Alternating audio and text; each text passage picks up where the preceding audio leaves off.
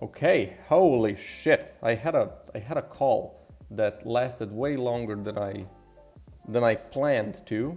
So that's why there's a 10-minute delay. I'm really sorry about that. Usually I try to start after a minute or two, just basically checking if everything works. Not not having a call, but like it happened just after I pressed start. So there you go. Okay, so for this week, I have no clue what I want to do because I don't know how much time I'm gonna have. Maybe I'm gonna have the whole week. Maybe I'm not gonna have the whole week. It depends on when the baby comes out. So basically, what I'm gonna do, I'm gonna just probably draw some stuff. First thing that I want to check is how do you say, how the second, what's it called? How the second biome looks. And how I want to go about that is first I need to unlock the mission to make it, to enable it, sorry, Jesus. Now I don't exactly remember where I have my missions, or list of missions at least, all missions, okay.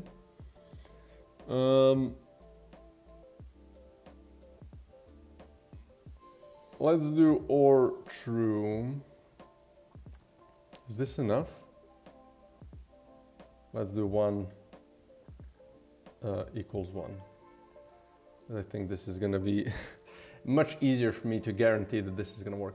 So yeah, basically, during the weekend I did some thinking, and I did some thinking about the first boss, what I like want to do with it, and I'm thinking about making maybe something like, what was it? Was it Sliven? So I'm again gonna kind of draw some, how do you say, inspiration from StarCraft, and I'm thinking something like a swarm host would be a really cool boss for the first dungeon, since it's more of a mushroom themed thing. I think it's gonna look really cool, and it can do some spawning, some, you know, maybe when you hit it, it releases some spores that damage you. Maybe it can like root into the ground and shoot you with some, you know, pillars, or maybe it spreads some spores. I don't know exactly how I'm gonna do that, because I don't know how to really well do these AoE effects, because I imagine you have to use some sort of a shader, but I'm not that strong with those. So maybe I'm just gonna take some days to just kind of play around with the shader graph. Another thing that something that I'm kind of hoping to achieve is to add additional effects to this all-in-one sprite shader, because that's something that like is really useful, because it has a lot of really cool effects built in, but you can't add, like you can't just simply add new custom effects that you made, that you make. So I don't know, I'm gonna have to check those as well. But yeah, I've been thinking a lot about that, and I've been thinking about enemy design, and I'm thinking about boss design. And one of the things that I'm really happy that I kind of came to is the fact that I don't really need enemies to be really kind of equal in terms of, you know, in the first biome or in the second biome. Since every biome is going to be its own mission, right? I can have, let's say, the second biome be a bit harder overall, or a bit easier with the enemy design, right? It can actually be a different experience. It doesn't have to be exactly equally hard. It could be harder, it could be easier. Maybe it's easier for some people, harder for other people. But I think that's actually okay. For the longest time I was thinking about, you know, all enemies in all the biomes are gonna have to be somewhat balanced to have equal difficulty. But at the same time, I want them to be played differently, so the player kind of experiences the game in a different way, which was like a really hard thing to connect. And the more I thought about new enemies, I was thinking about more, you know, intricate designs and, you know, more interesting, I guess, enemy behaviors. And then the more I thought about that, I was like, you know, shit, I should do that for the first dungeon then the same, right? It should also kind of have unique enemy designs, but now I already have like 4 or 5 that are really somewhat generic, right?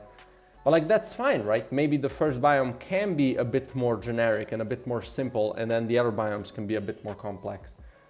So that's something that's really, I'm really happy about that, right? Because it's quite a load off from like how hard it's gonna be to actually design the enemies for new biomes, right? This is perfectly fine for these to be a bit different. Another thing that I've been thinking is making some even more generic enemies. So some enemies that can basically appear everywhere, right? So one of the ideas that I had a while back is to have these worms that are kind of gonna pop out of the ground and spawn little critters, right? But the fact is that I want those to kind of be able to appear anywhere because I think they're really interesting, right? And they can spawn, you know, critters, whatever they are, kind of that makes sense for that biome, right? And the other thing, I also want to make more of a neutral color scheme for them. So they're gonna basically probably use more of these beige types colors, right? Yeah, I don't have anything open because I had to close. My Sprite was misbehaving this morning, so I had to close everything. Oh right, I could use, I could open the, where is it? The enemies, is it here? All enemies, there we go. So yeah, basically use this type of color scheme. So I want to kind of redesign this worm enemy. This just wasn't fun. It was really annoying to play against, and you had to wait to come out for him to come out so you could kill it. And then you know, if you weren't careful, you would just die to them immediately if more than one spawned. So I want to make it a lot bigger, a lot more menacing looking, and when it basically bursts out, it kind of sets in place and spawns enemies. Again, similar to StarCraft's Night Swarm, right? But then I also want to make stuff like larva, which is just going to be small little, similar to this, just a lot smaller, just small little bugs, right? Not bugs, but larva, right? I guess something like this. I don't know exactly how I'm gonna draw that. I guess something in this direction, and then some sort of a like mouth on the end or something like that, you know? So these could be like small enemies that this and then like this, right? And these would then, maybe it should be even smaller now that I'm looking at it. Maybe just like this.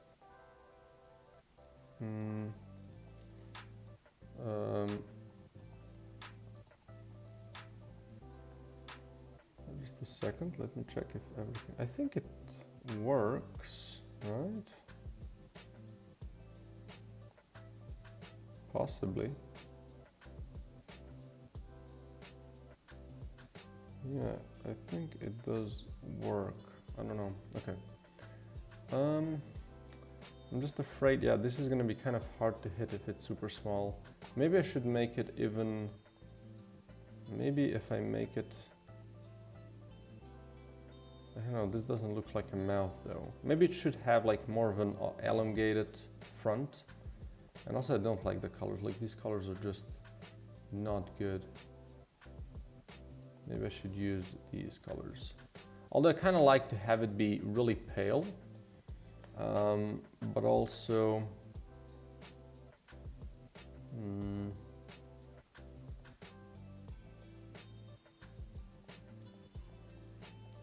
something like that.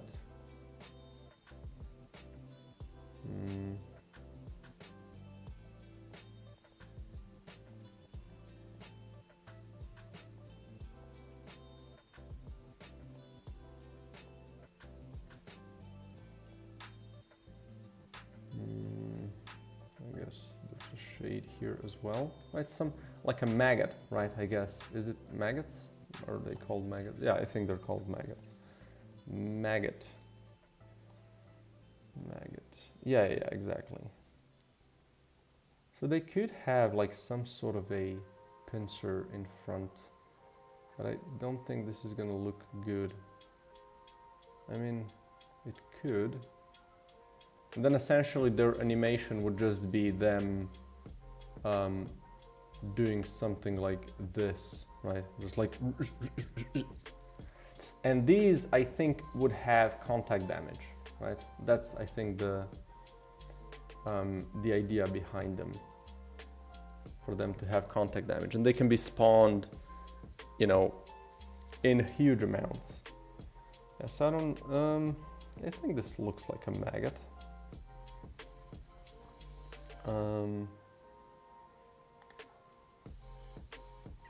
Maybe just this part just looks wrong. And then this looks wrong. Yeah, I don't know, maybe it just can't have that. Right, but basically I'm thinking about having some sort of a neutral color scheme for these neutral enemies, right? So this would be a maggot, then we would have a nidoswarm thing, right? This is an exploding enemy that I was thinking about, and they could also, you know, explode on other enemies. Although I've heard a couple of feedbacks that people really, a lot of people don't like, how do you say, they don't really like, is it called, yeah, on death effects. That's something a lot of people don't appreciate. So, something to consider, I guess. Why is this color here? Wait. Let's open, no, what?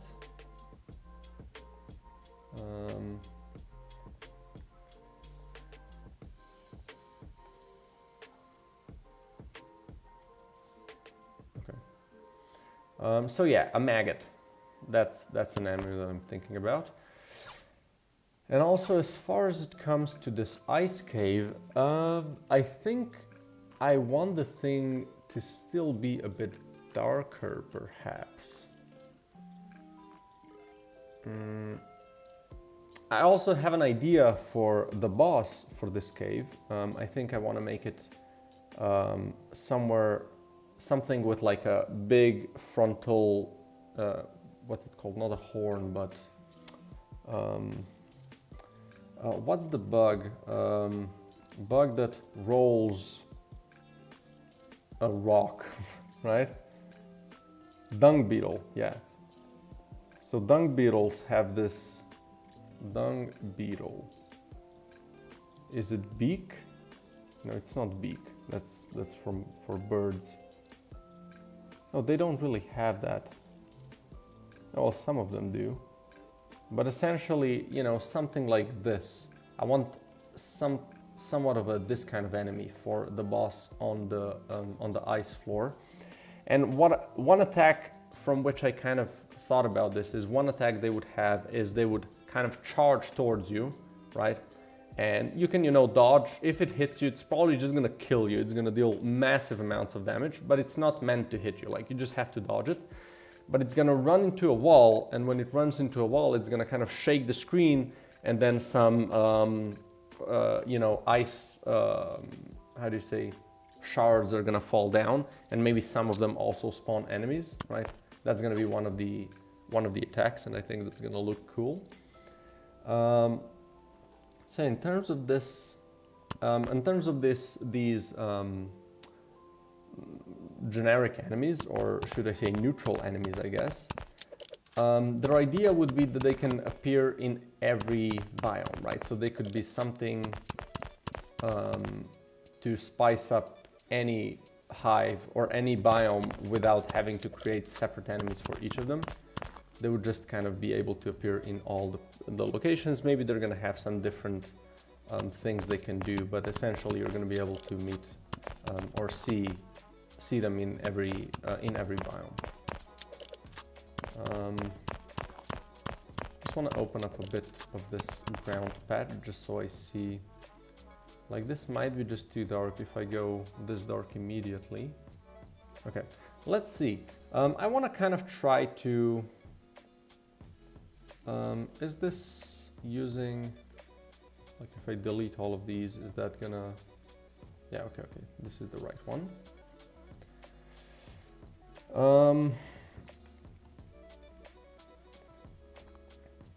I want to see if I can, if it makes sense to make these a bit darker.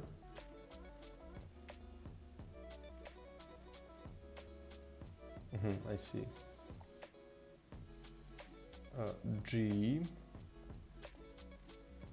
Geez Louise.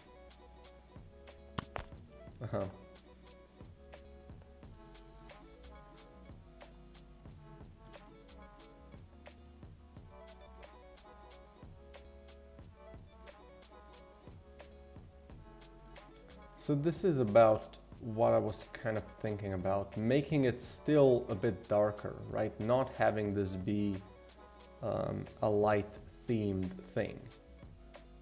So then I guess up here, I guess just inside more so than not.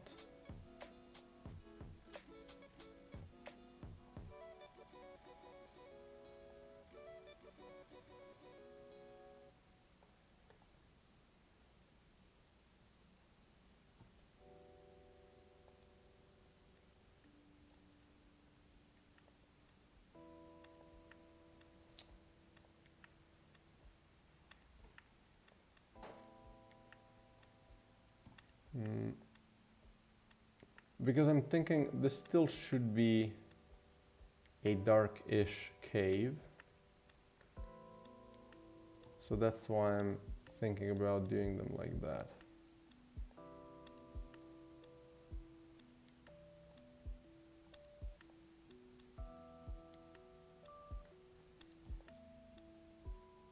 Then I guess here we would go more into deeper blues.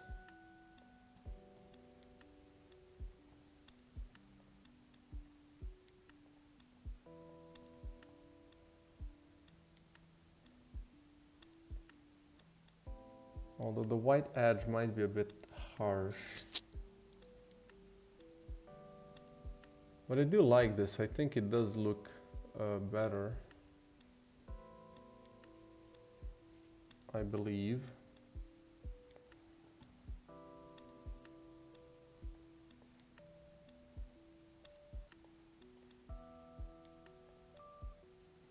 Let's go back to what we had, so I don't lose this.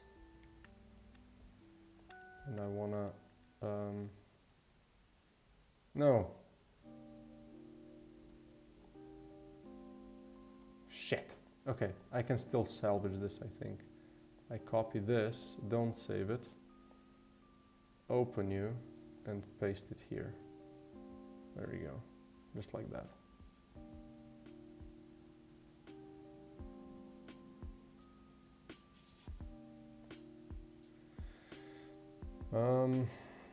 Then when it comes to floor tiles, I think it might be problematic if I make them darker.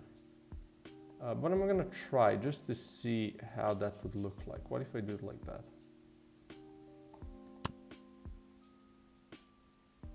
I mean, that looks kind of spicy, not gonna lie.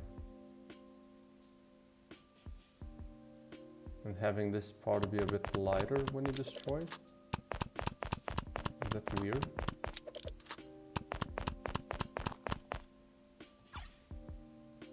It does give it a very distinct look, I think.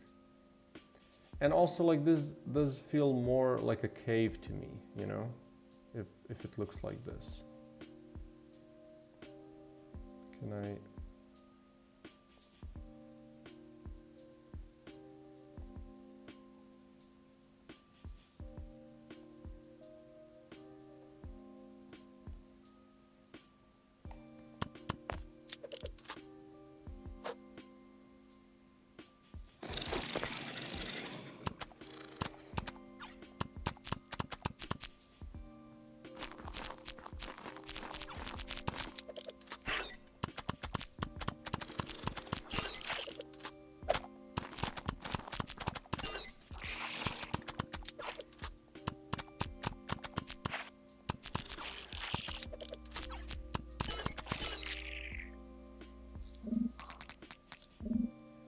Yeah, okay.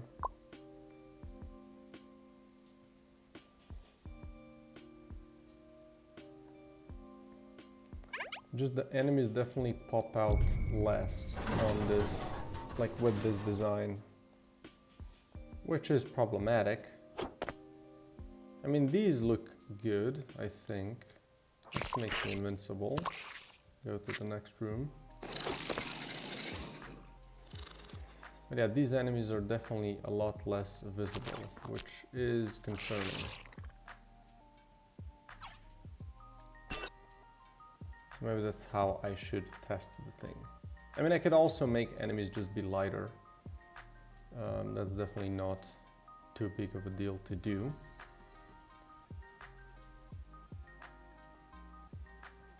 Although yeah, I did like how this looked like.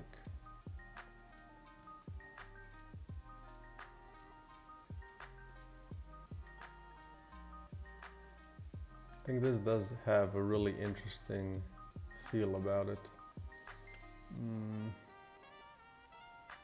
Just I guess the flowers should be, is like, are they here? Yeah, just this one. So what if I make this a bit not as strong?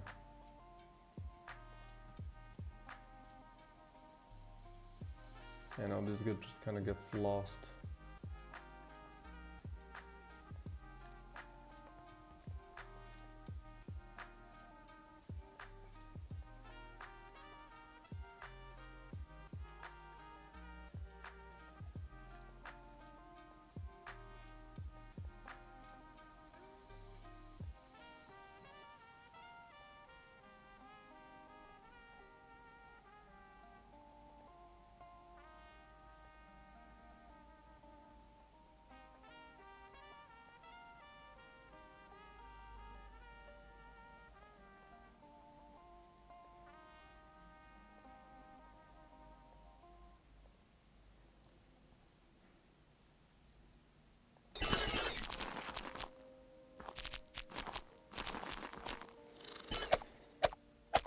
Yeah, they should definitely not have green leaves drop out of them.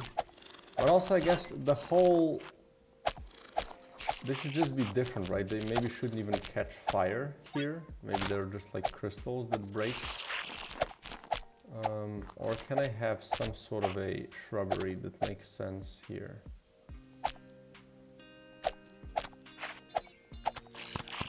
Yeah, these also don't work well yet. Do, do, do, do, do, do. Do, do, do, do, do, do, do, do. I guess I need to swap these maybe. We're gonna do this. Nope. Let's first do this. And then here we would do this and this. So what if I just do this and this? Is that too much?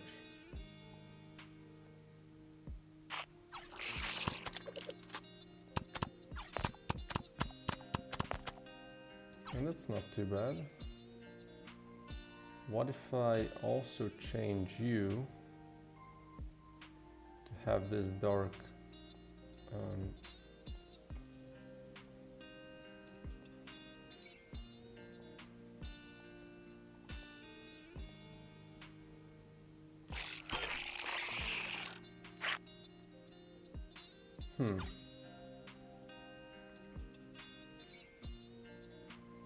This might be good just like this.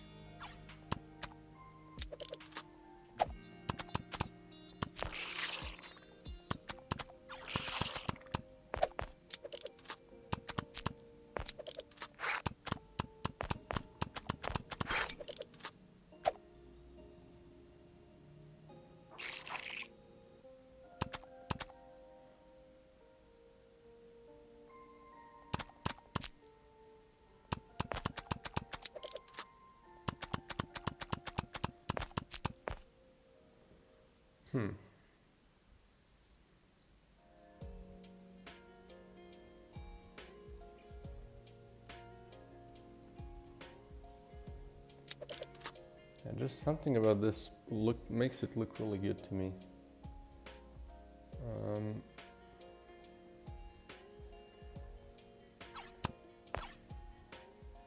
Oh, hello.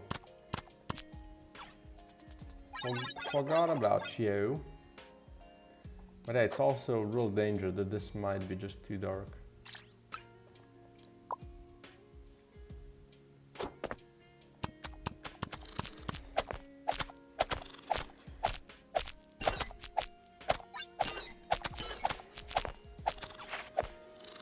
Yeah, they're definitely really bad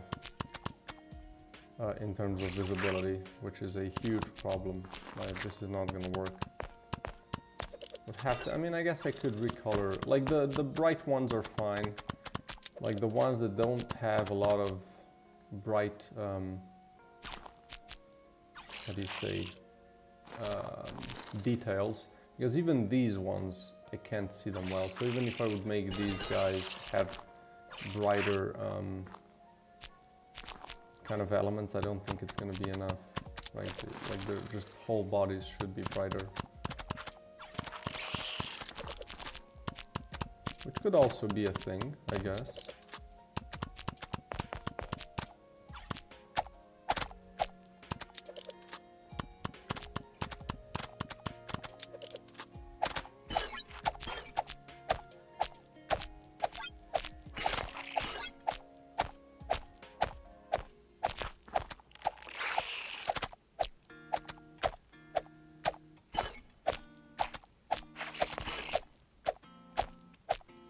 You know, a melee build would be really good in this dungeon, as long as you don't get killed immediately, obviously.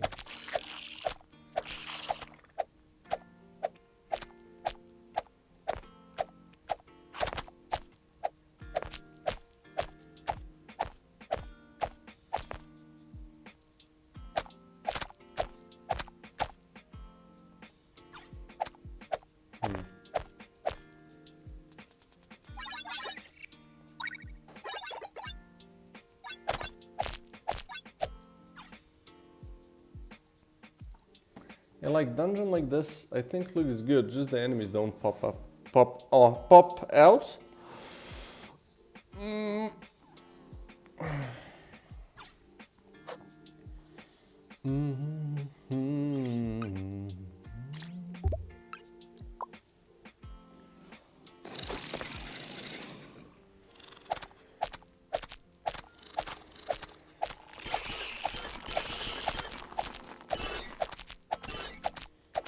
I just can't see what's happening.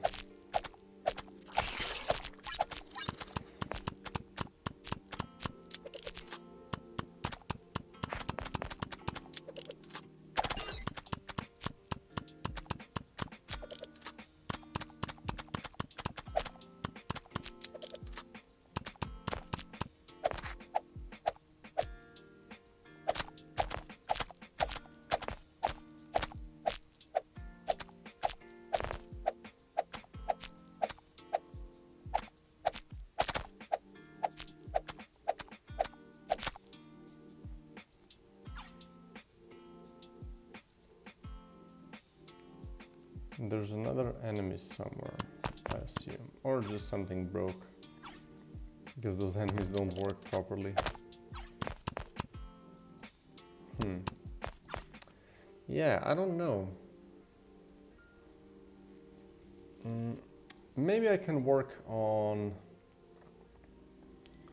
this little guy and just see how it could fit into the game. I think visually it should be good. Wait, let me go out of this. Just quick start this. There we go. And I'm gonna try to see how it looks by just swapping one of these with these. So they have a really nice visual distinction. I think it looks good actually. And it's like a nice color, how do you say?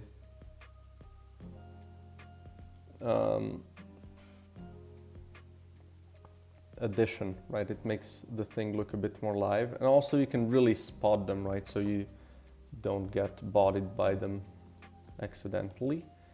So yeah, okay, let's maybe work on that, because I'm kind of lost with what I want to do today or this week.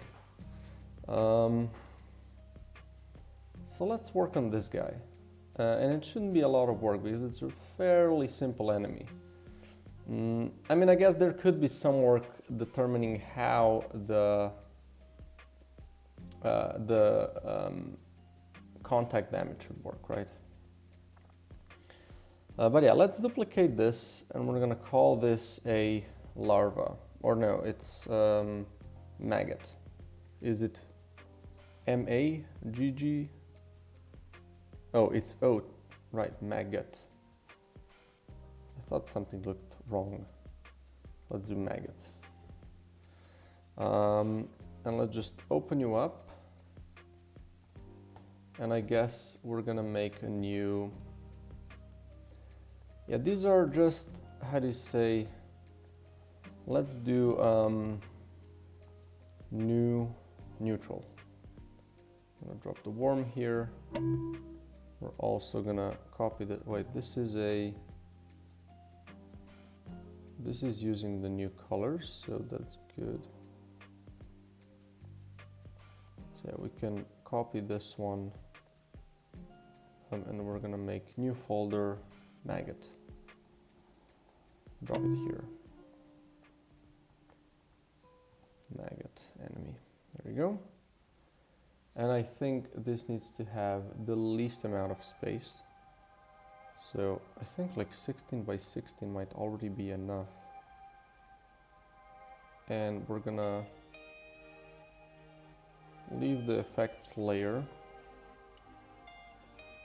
but the rest can go.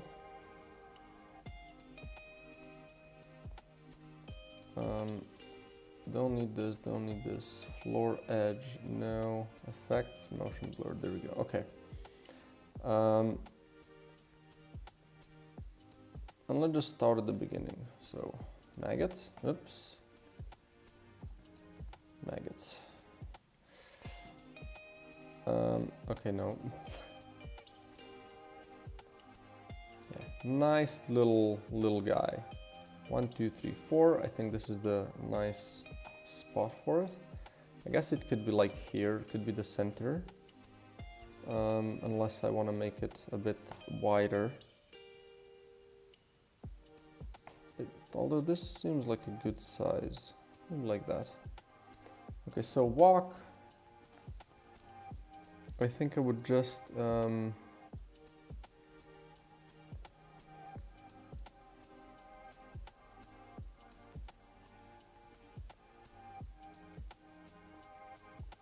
also we wouldn't have the shadow, I guess.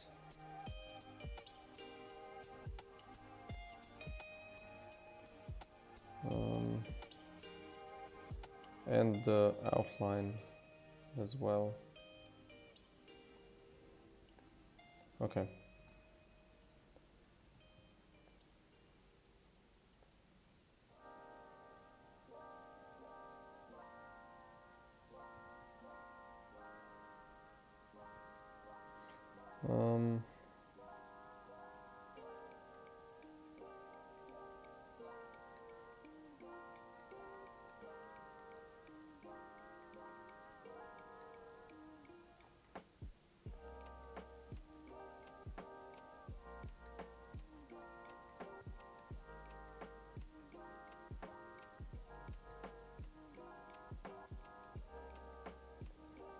What if I just copy this and then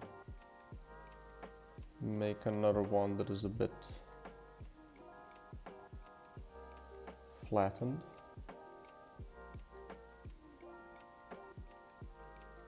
You know, that's essentially what I'm trying to go for. It should be a bit faster, feels like. This is slower. Hello.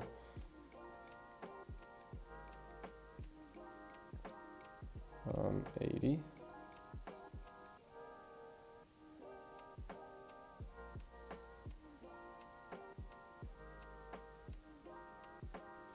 it just needs to have a bit more life now.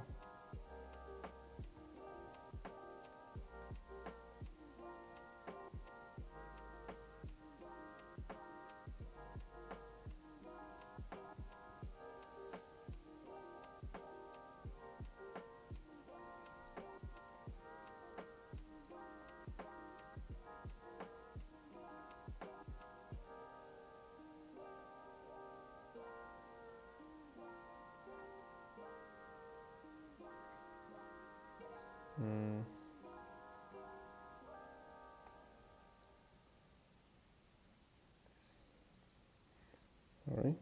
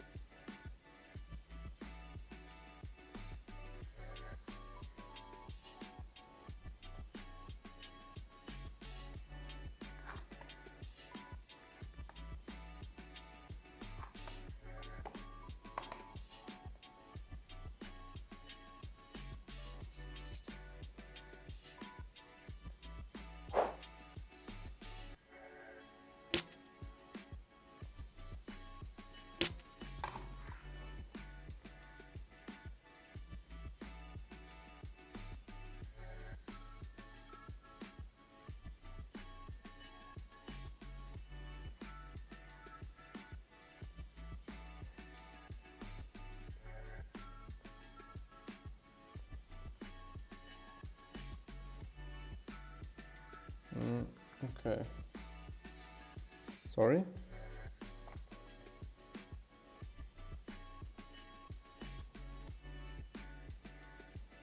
I guess we're gonna save that. Okay.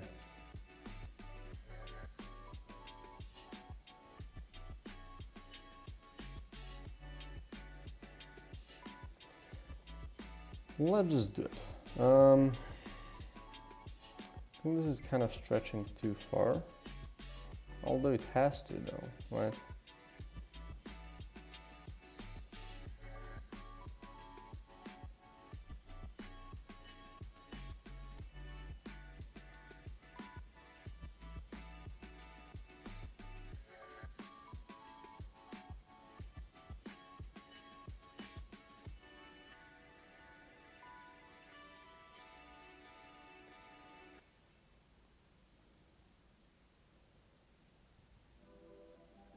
Don't like how this one looks. It looks strange.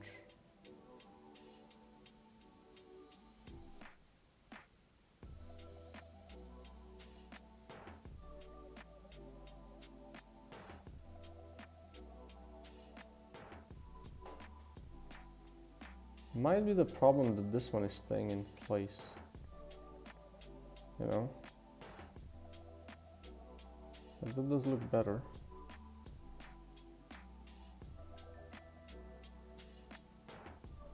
What if I do like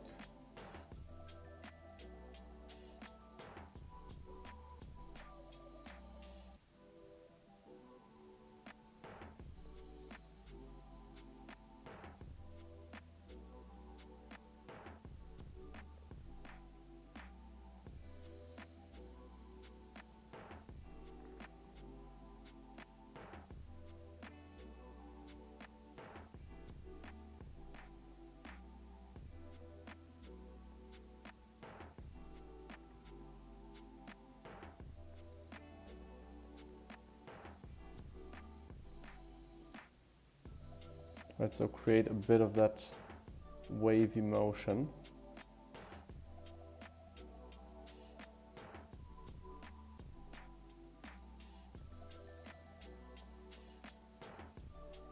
You know?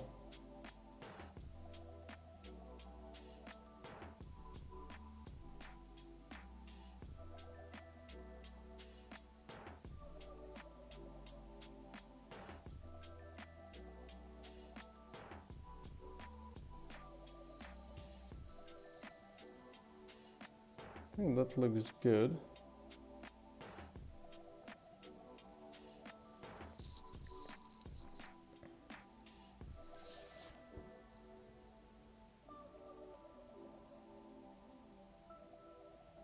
Or does it look like it's going backwards now?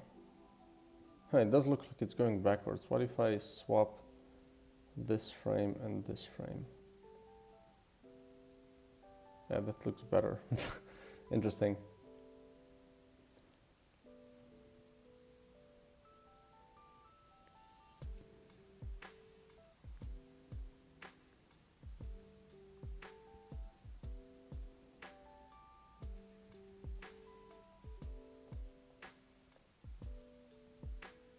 Yeah, I think this is good.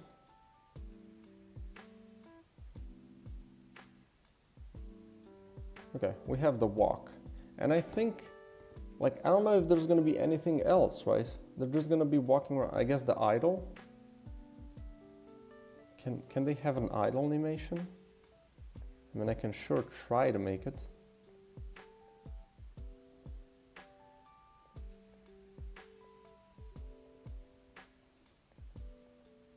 Let's make idle.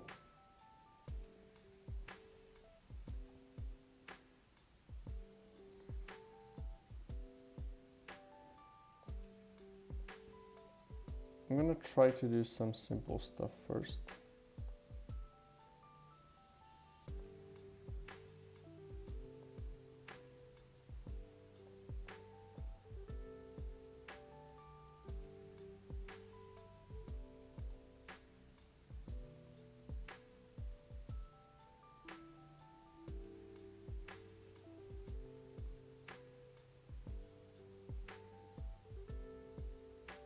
Or maybe they should never be idling, right?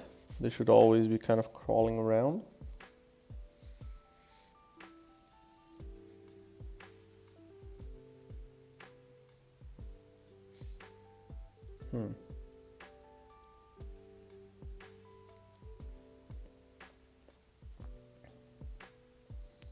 I guess then just these three, right?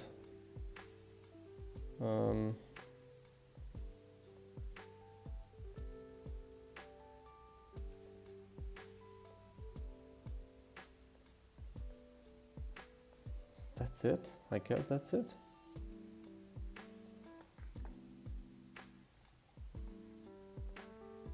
Put it like this, so we have some death sprites that we can add as well. All right, another thing that I need is a shadow.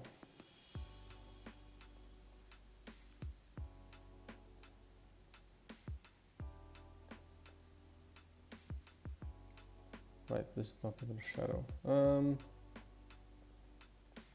Then give me my, where is it? This. Come on.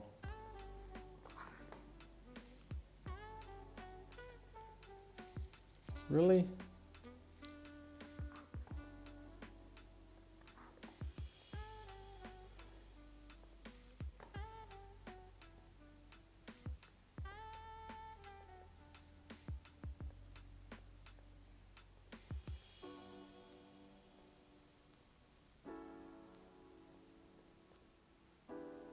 Okay. What was I? Yeah. So let's just drop this here. Take the shade color. We're gonna draw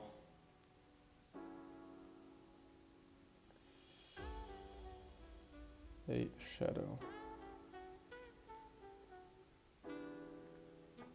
Yes, it does need to be a bit bigger, right? This is shadow.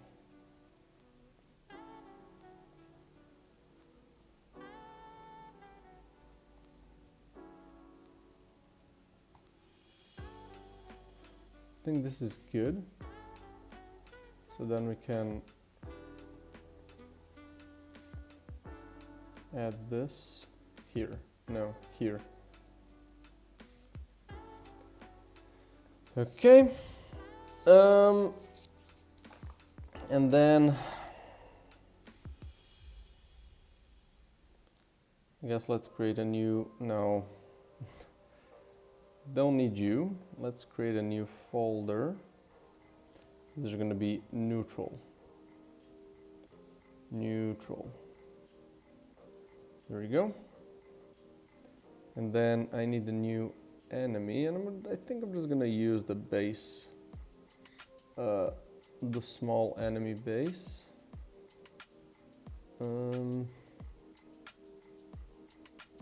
Shooter, enemy, critter. We're gonna duplicate this one, open it up, I'm gonna call it a maggot. We're gonna unpack the thing. And also one thing that I wanna do now, since I'm working on this, is check you. We're gonna close all but this. And I wanna make a context menu thing for the first time. Context menu item. Load or set components. Is it like this? And then we would do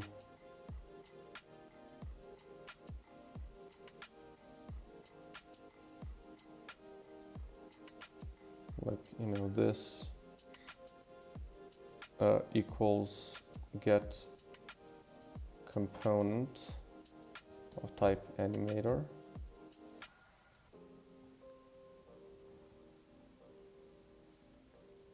How do you do context menu? Oh, does it need to have a name? Set components. And then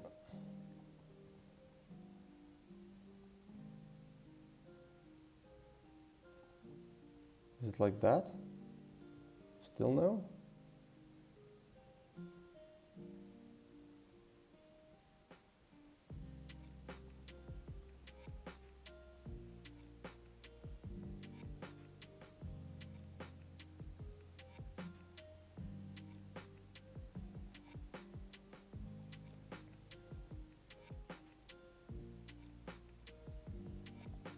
Okay, let's learn how this works. So Unity context menu item.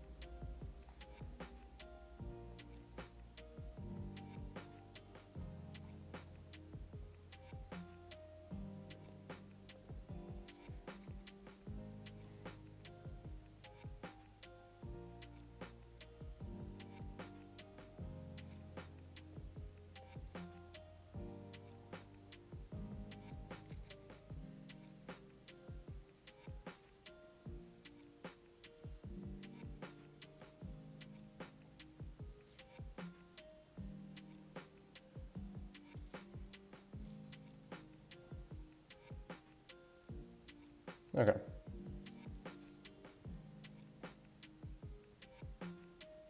Let's see.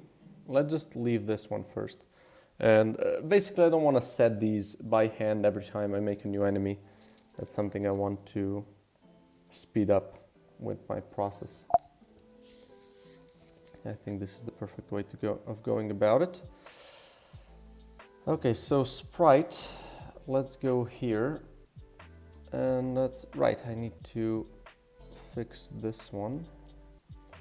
So let's slice it by cell count, 4 by 4. Then we're gonna do custom 0.5, 0.25. Apply this, and let's drop in the shadow. I'm gonna use this one. And the sprite is going to be this one. Now Y is shadow. Let's do it like that. Attack collider, we might use the attack collider on them. But yeah.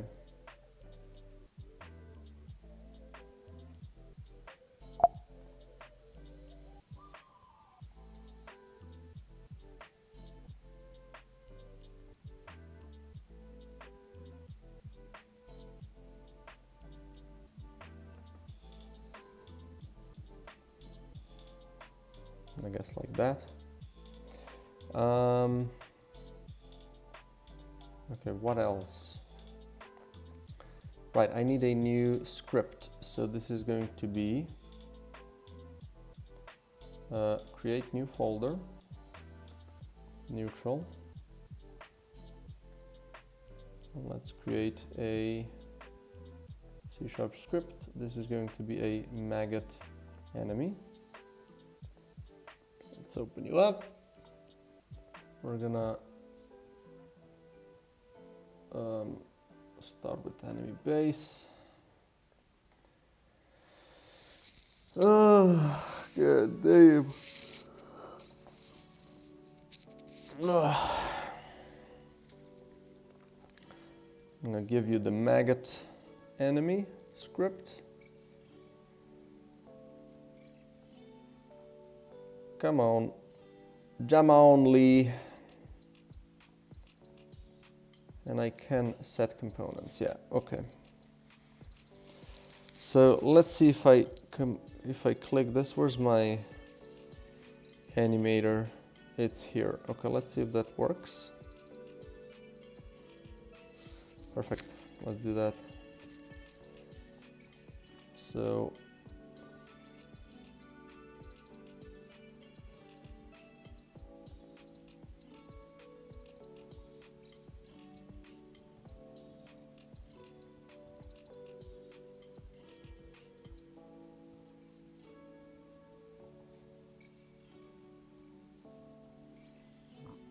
what else?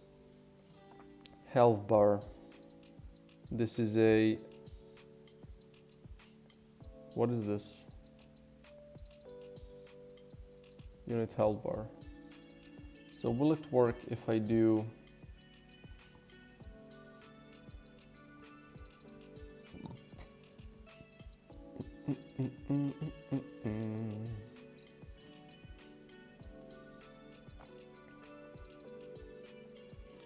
will it work like this if I do unit health bar, but I do get component in children? Let's see if it finds this one.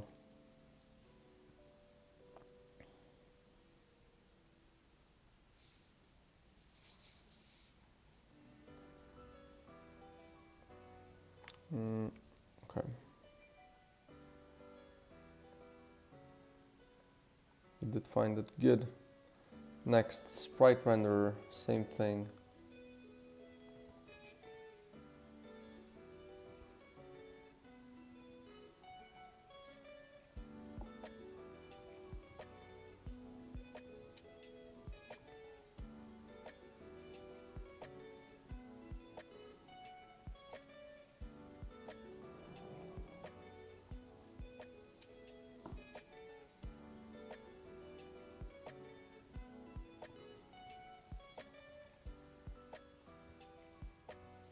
Next, burnable.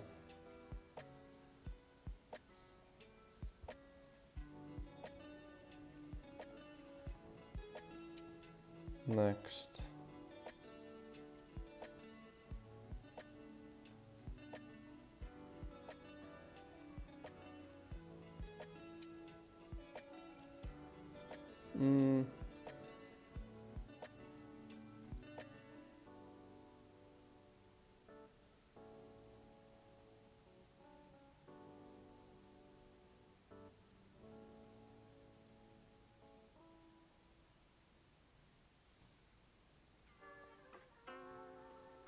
I guess that's at least covers most of them.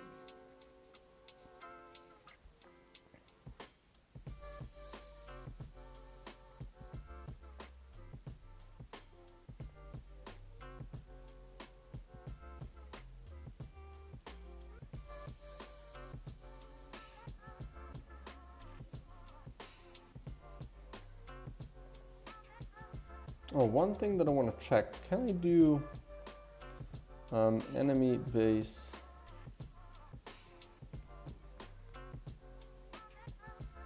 to copy stats from. Would that work?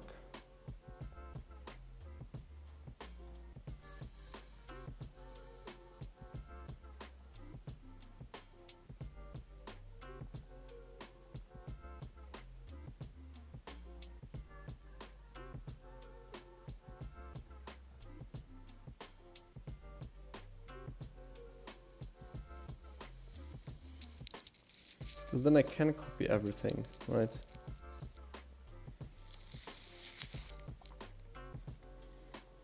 Let's see. But which one is it gonna take?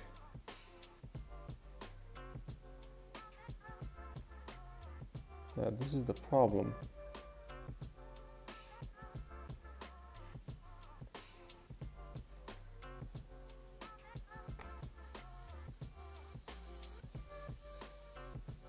Ah. Okay, so now I can do this. Well, that's pretty good. That's pretty fresh.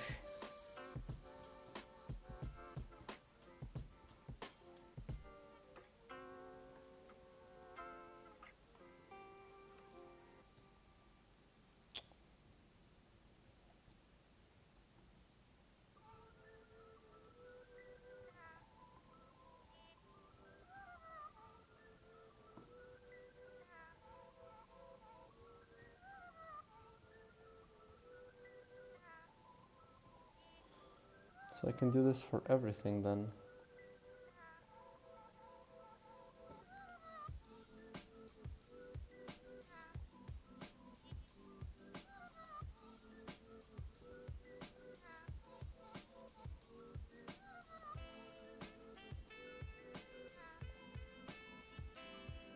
Unit name.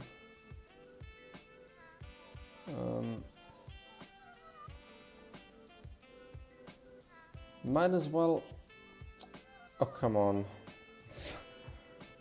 Might as well copy all of them now that I think about it.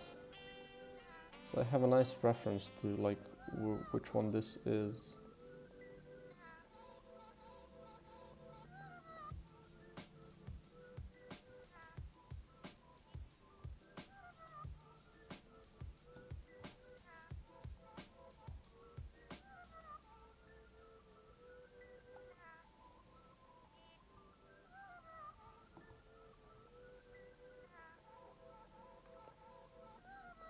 Enemy threat level, enemy type.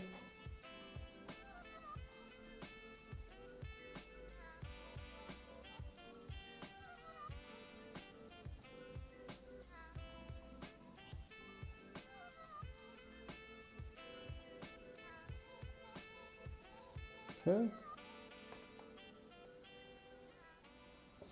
I have these.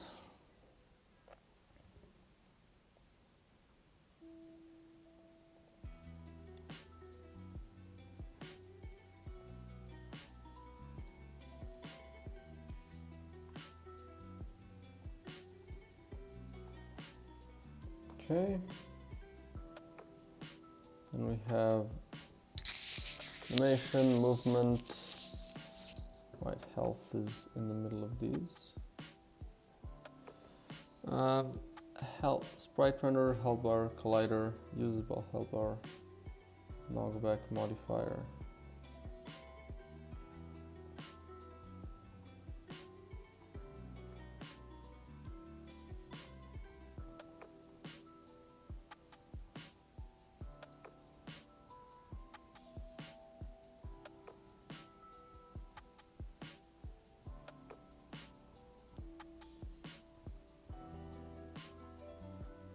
Okay. Burnable.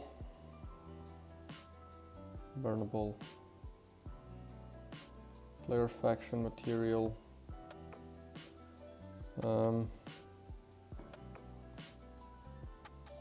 What else? Damage collider. Well, if we have it, might as well.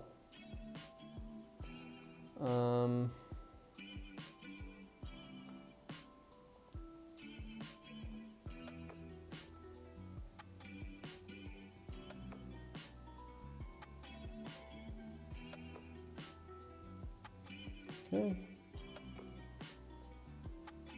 Unit base.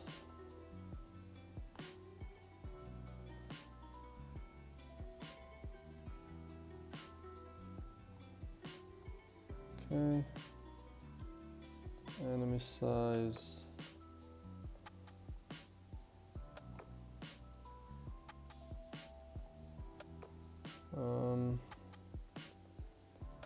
That affects.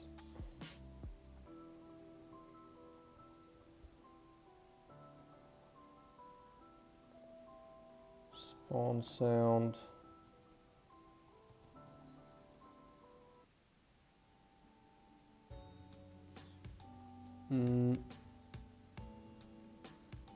Yeah, that's about it.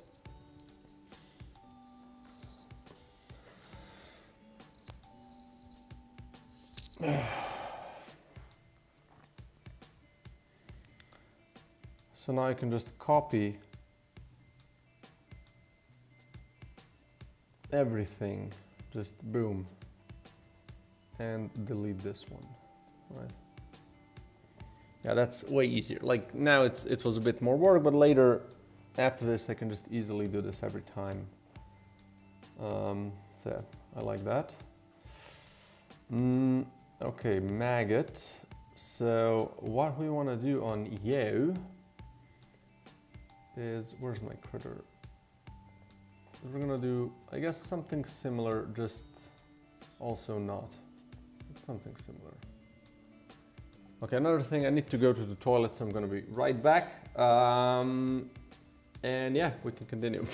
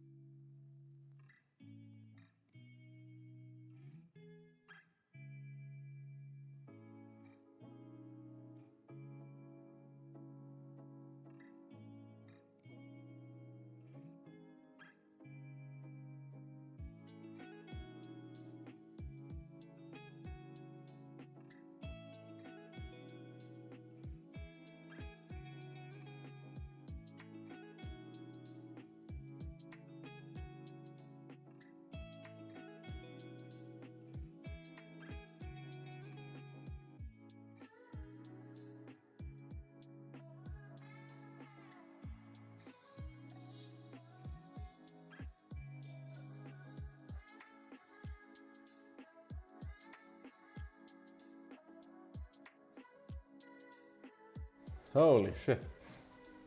It's a whole process for me going to the toilet. Like I have to go to a different building. Okay, so let's see. So one thing, you know, I feel good about making new enemies. I think I'm gonna make the worm this week as well. If, you know, if nothing happens, obviously. So attack wall. Yeah, I don't think we're gonna do this. Nope. Finish attack, also no. I think we're just gonna have attack cooldown on this shit.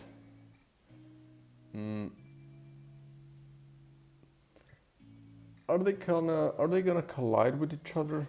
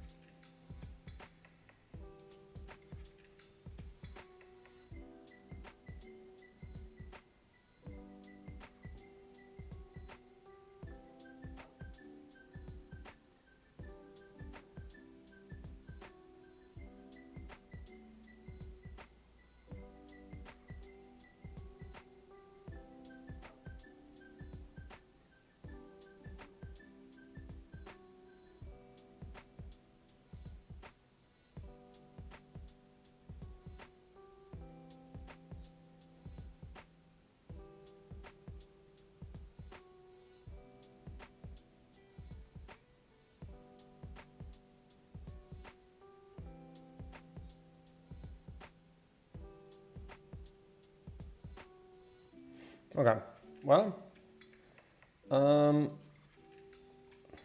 let's see.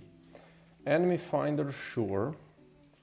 And then what do we want to do? Want to skip if it's initializing?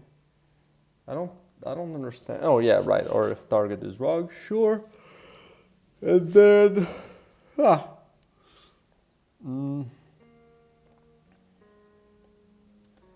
I think all we do. How are we gonna do damage? Well, I guess we just have a. I don't think none of this really matters.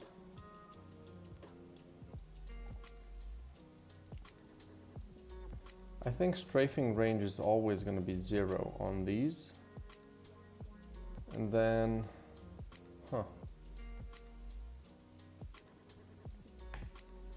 I don't think any of these are important. Nor is this.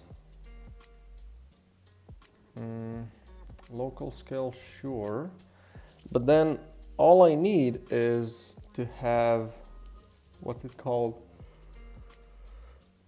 To know when I've hit something. Now the problem is, yeah, this should happen separately. Wait, oops. Maggot, attack collider. Yeah, you should have maybe a smaller collider, right? Yeah, it could have a bit of it, just so it's a bit easier to hit, right?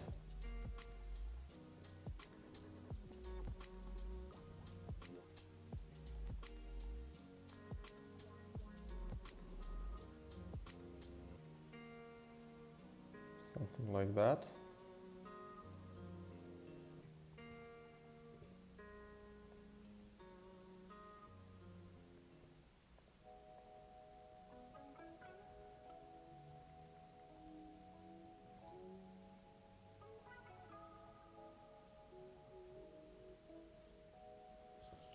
Okay.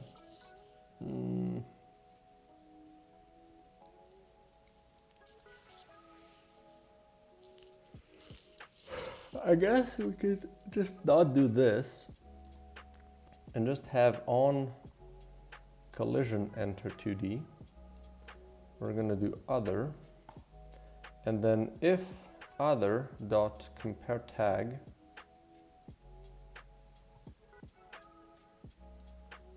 game object dot compare tag is player, we would hit it. Does the player have player tag? Yeah. So if it equals player, we damage player. Or let's do, you know, we're gonna have attack cooldown. Oh, we already have that. Okay. Equals 0. Or let's give it a 0.5 at the start. And then we do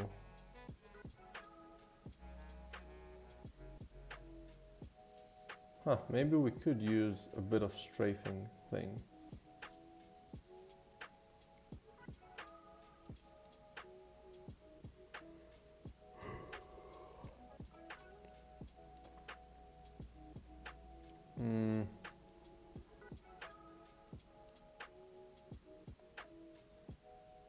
I guess all we would do is if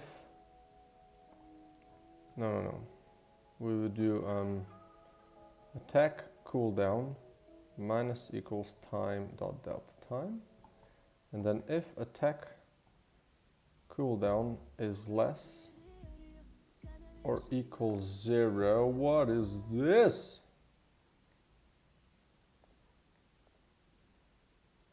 Again, Balkan commercials that demonetize my streams. I mean, it doesn't matter, it's just annoying that I have to deal with it. Because I have to kind of cut off that part. Like, it's not about monetization. Like, obviously I don't make any money from YouTube. It's just annoying to deal with that later. I'm just gonna mute this. Okay, there we go. So if attack cooldown is 0 or less, we're gonna do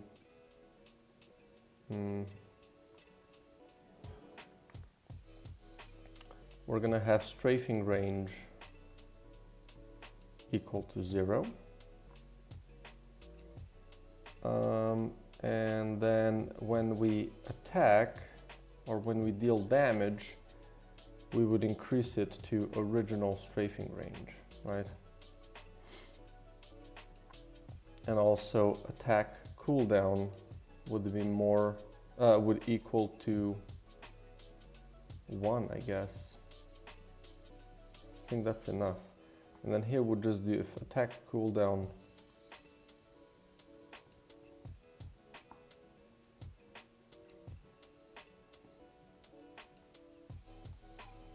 there we go. So we do this, but first we damage other. We damage how much? Right, no, we do other.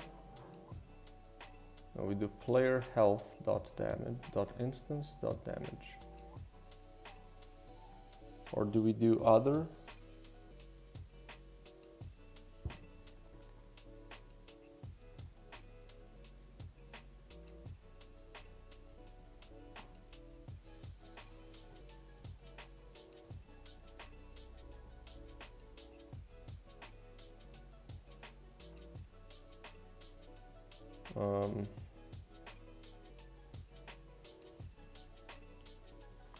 Right, but this is not correct. Wait, how do I do this?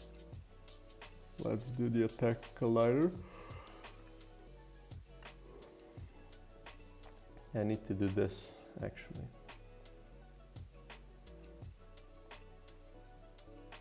Because it could attack whatever, right? This is not going to be a thing.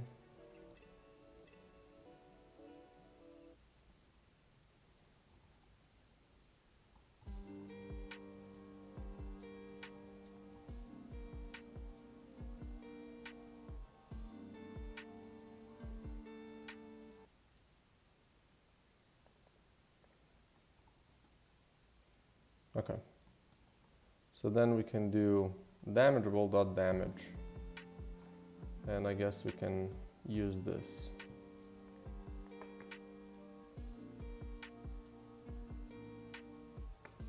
Oh!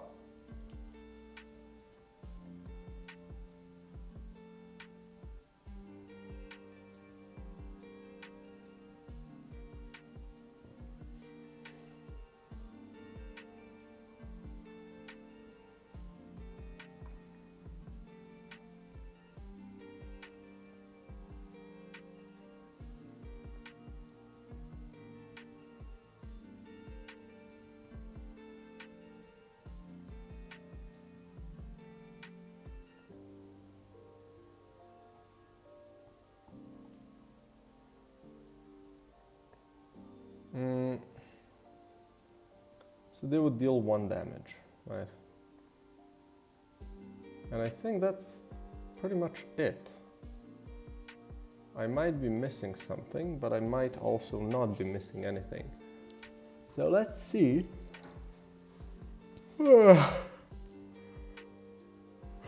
Let's see if this works.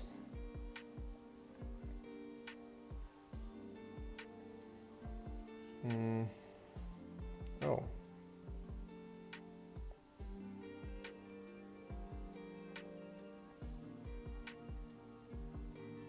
I guess it's melee damage. Okay.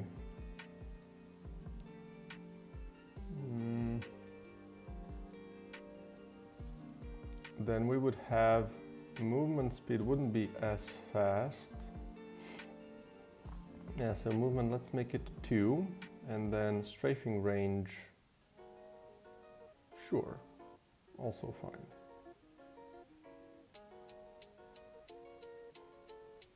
And also do times equals random dot range between 0.8 and 1.2, you know, so it's like a bit of a random strafing range. I think I should actually do that for the small enemy as well. But it's fine for now. Oh. Another thing that I should copy is do unit faction ID equals base to copy stats from unit faction ID.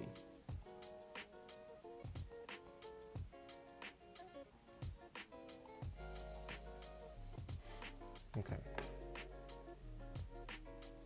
Because I think they should be faction 1, possibly. So Critter has 7 HP, and this one should have 4, let's say. Or 3, that are really just cannon fodder. Enemy size, we're gonna make it even smaller. And then I think that's it for now. Don't need this yet, or maybe I do need attack sound.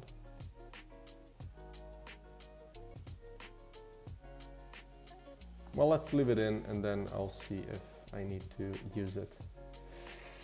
Do I need anything else to make the enemy work? Don't think so. Right, I do need the animator. Animator, where is it? Show me the animator. None. Thank you. And we're gonna create a new animation. We're gonna drop this in the animations folder. Enemies. Let's do neutral.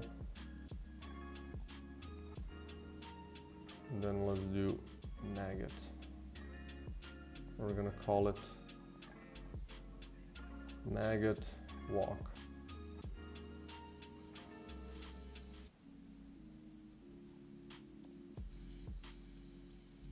Yeah. Okay.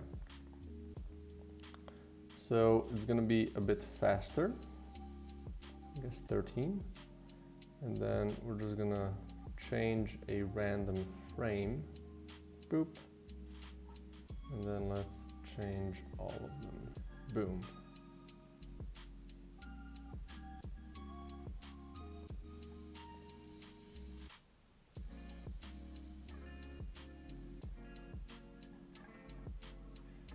Okay, and then in the animator, it should just do this forever.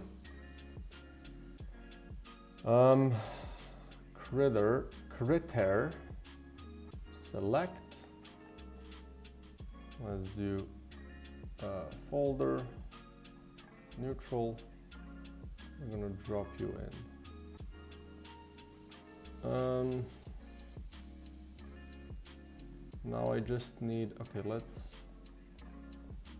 copy this. This is gonna be DE maggot. We're gonna use this on you. And these are the sprites, right? So what we wanna do is add some death sprites for him. So maggot, Mr. Maggot enemy. Let's create a new, just base frame. And we're gonna, wait, do death sprites have shadows? No, okay. So let's do a simple,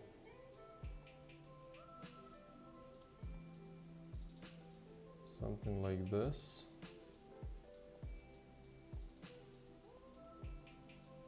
So this would be like a bloody version of it.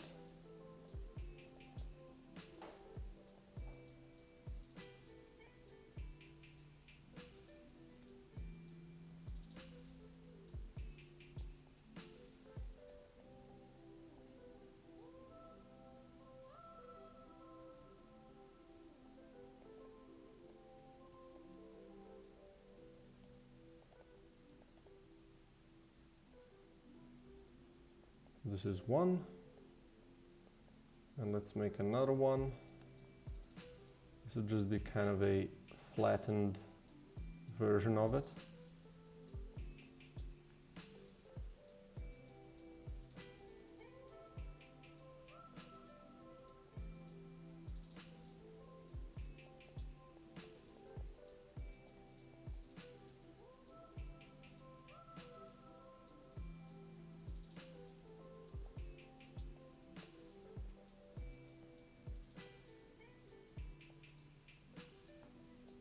Then maybe we can have another one where it's just kind of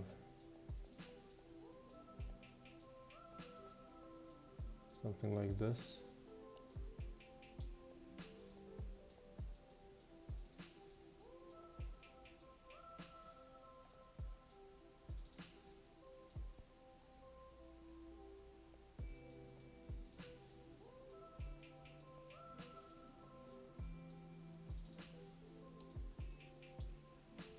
You know.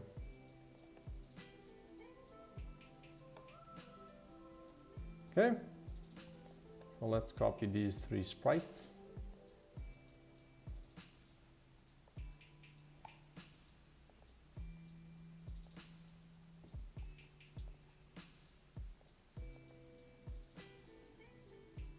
There you go.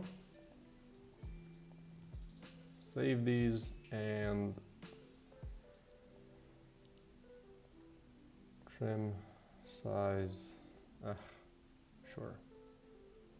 And then custom 0.5, 0.25, boom. Okay, apply. And then we're gonna select you. And then these we removed, maggot, this one.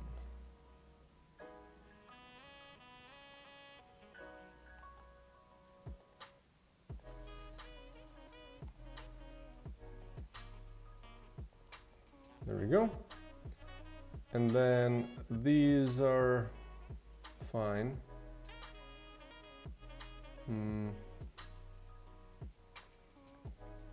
I just need to be able to spawn it. So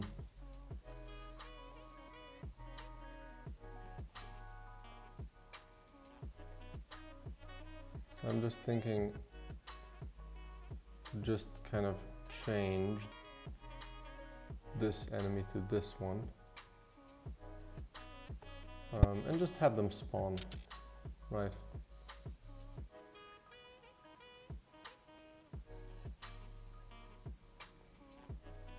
Okay. Let's see how these behave, and if they do behave properly.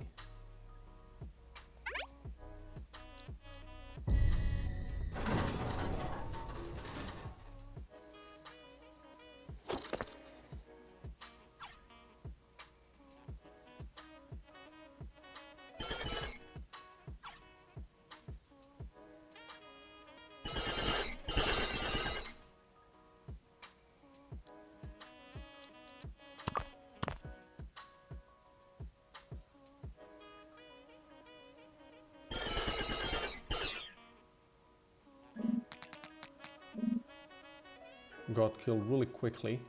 I think I missed one thing though. Like, if attack cooldown is 0,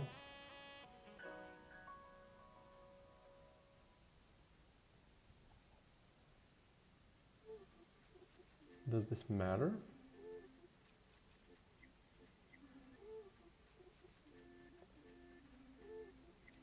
But I also need to check this. If attack cooldown is less or equals 0. Otherwise, don't damage me, right? Or actually, we can just check this first before I try to get the damageable. So if this just return.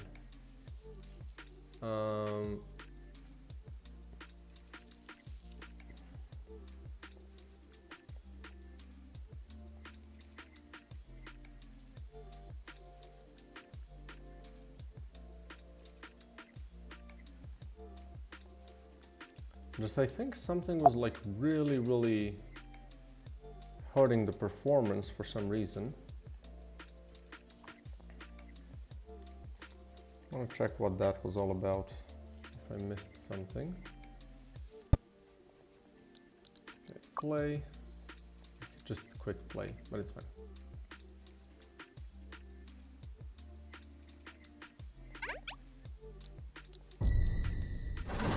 Okay.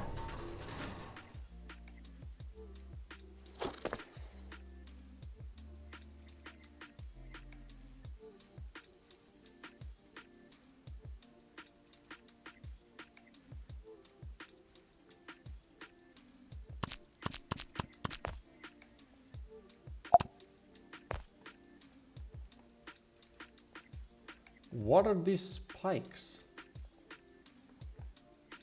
Garbage collector?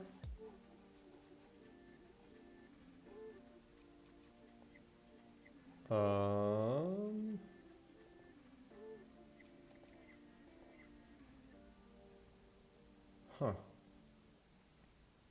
But I'm gonna try to close Unity just to see if I missed something.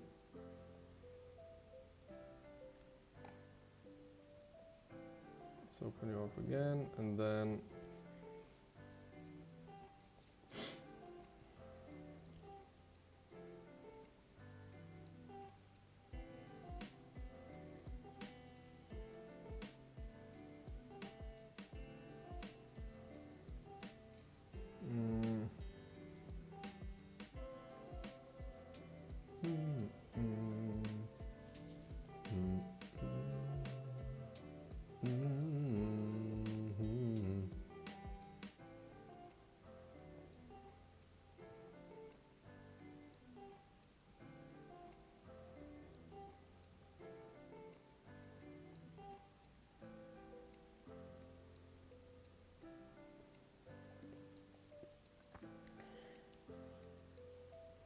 there could be a modifier like where if a maggot hits you, 3 times, they grow, right?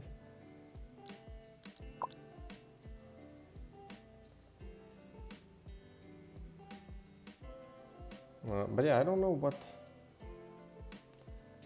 the garbage collection was about. missing?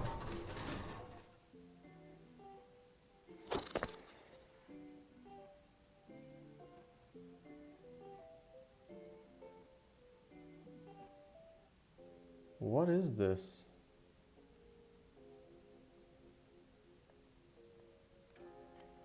Why is there so much garbage?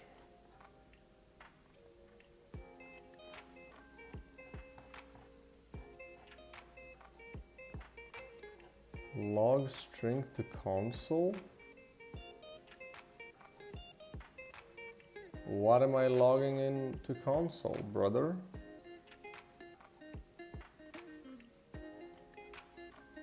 I'm not logging anything.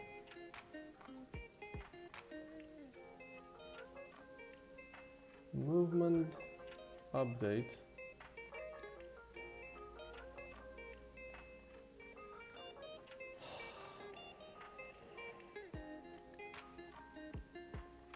Do tell fixed update. I'm not logging anything here. Become alert. Doesn't log anything. Log.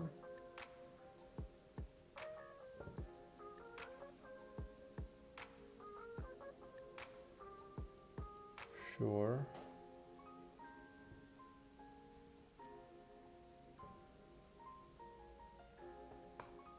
What is this? Like log what to console? Log string to console. And it takes 9 milliseconds? Are you crazy? Log Unity log string to console.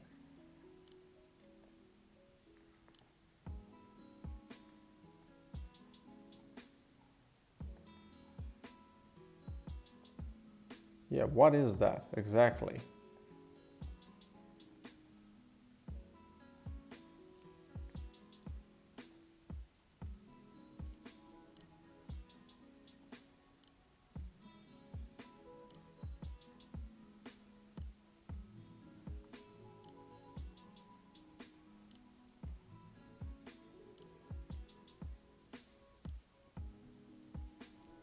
Oh.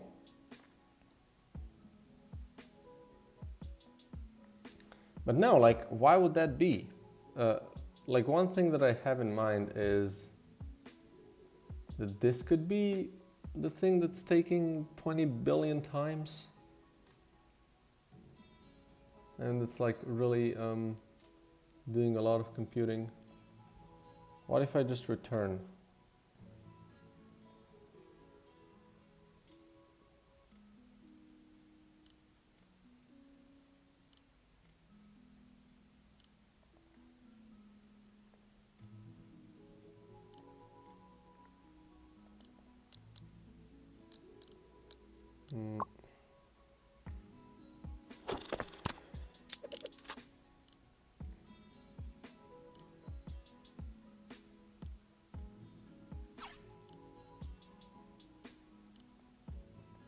What is happening? Is this even this enemy related, or is this something new? Like, what do you mean log string to console? Which string? Where does this happen and why? So it's not this, I reckon. Unit movement.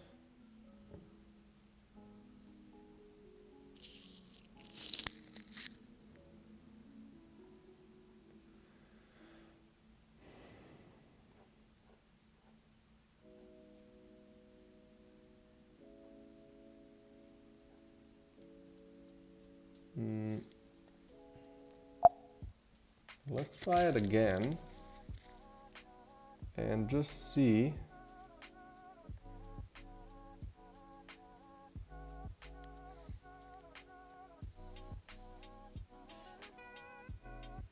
If this still happens, and I'm gonna change the base enemy to something else and see if that still happens. It's definitely still happening.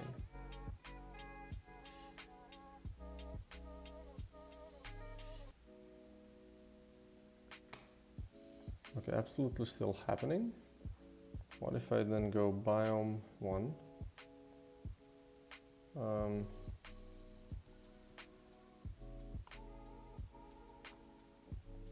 Base biome, enemy 1. We just swap this with this one. Will this still happen?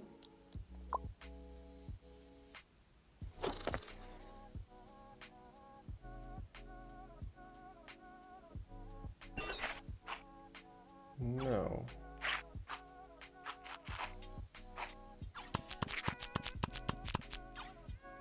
So what is happening with the what's happening with this one that it's so incredibly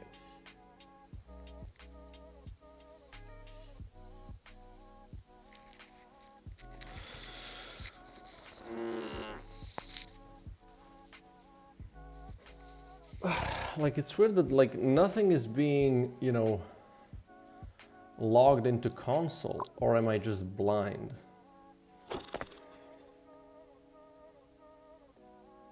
Oh, hello. Okay. Sure, let's do that then.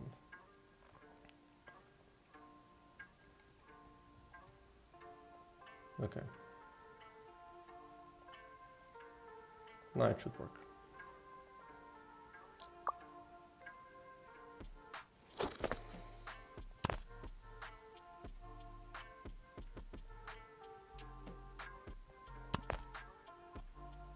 Oh, move speed modifier is also a thing.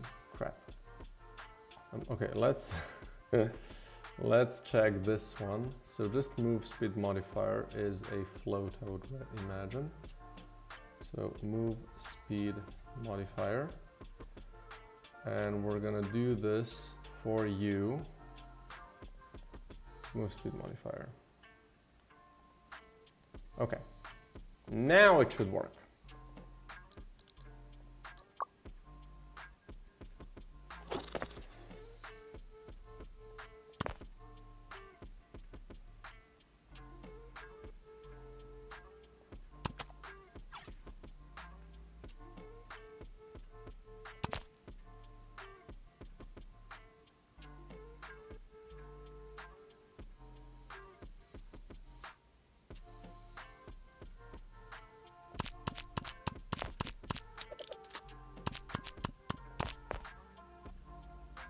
Good. Now just why can't they hit me? So if the other dot game object dot get component I damageable. Right, but is this, so let's check player. Player has a collider, yeah, on here. So why don't you want to work? They do have the player health component on here, which is a damageable.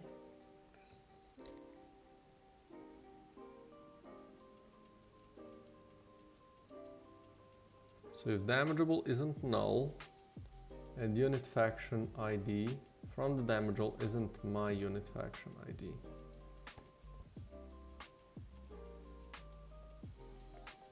And if that's true, I damage, which is a bool.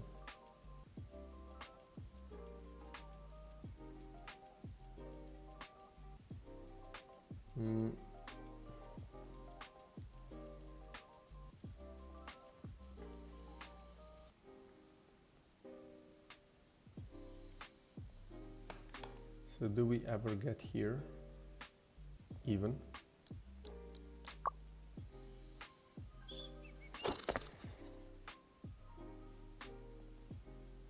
Don't have it on play, I would assume.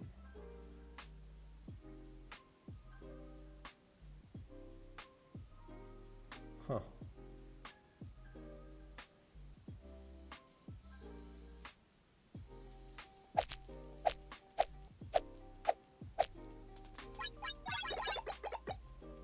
This never happens, eh? Why not though? If cooldown is less or equal 0. Oh, hello. If it's more than 0, we should return cat spaghetti. Okay.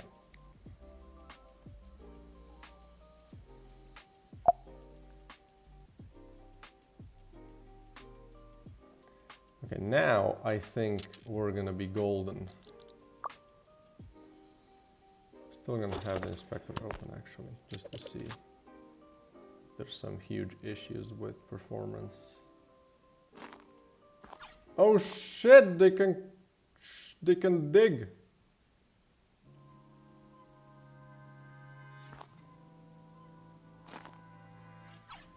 They kind of got stuck, which is funny. Okay, can they damage me?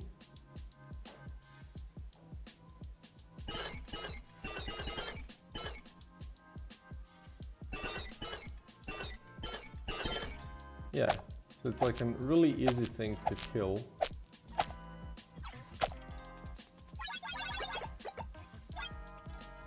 But they can be fairly annoying.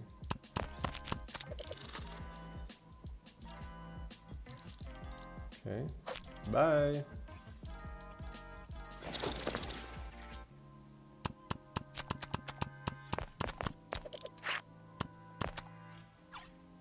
So maybe the maggots can be a thing that spawns from eggs.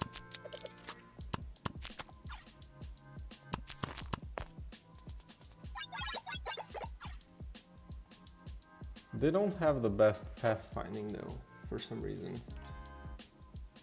But I think they should do fine. Oh, what was this? Poik?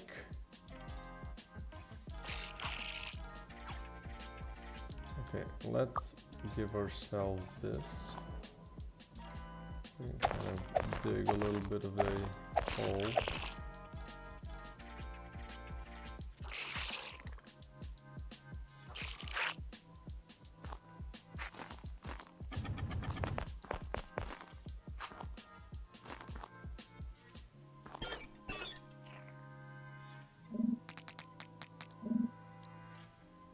Okay.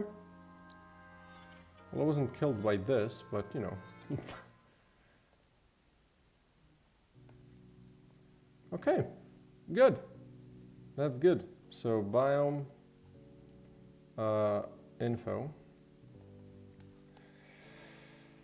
And we can set the correct one back here. So critter. And then how do we spawn these? I mean, they could be spawned from eggs. So what if I do egg, there we go. And what if I, instead of this, I spawn this one? And I spawn 2 of them. Right?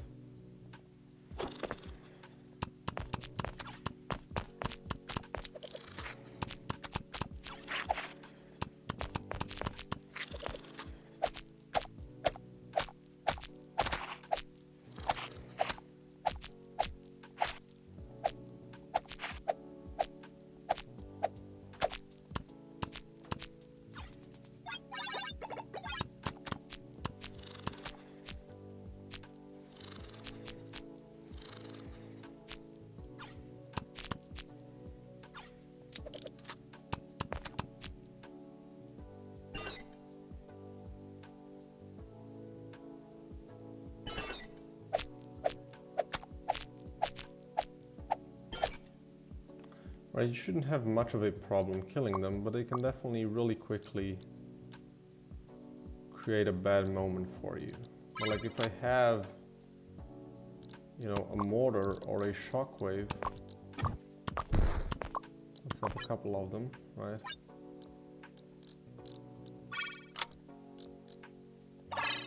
Or a bullet, essentially, as well.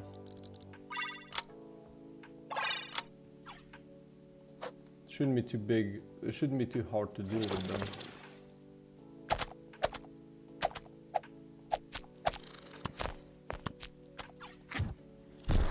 But half the thing just dies, you know, because they... Oh, what was that? But you have to be careful, yeah, poking the eggs is a dangerous game.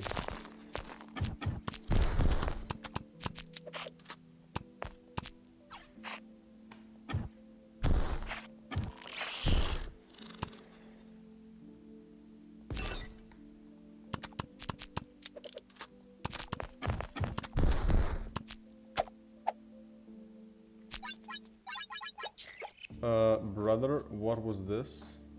Please.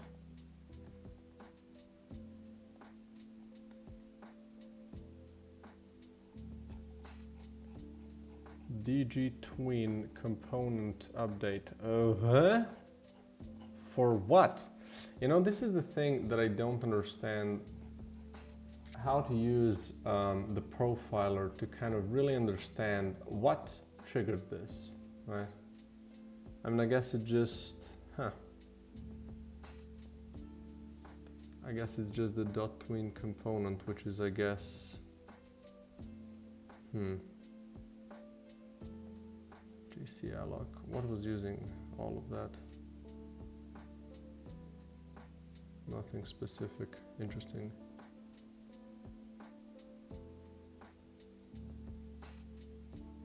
Wait. Log string to console is what used so much? Brother, what are you logging?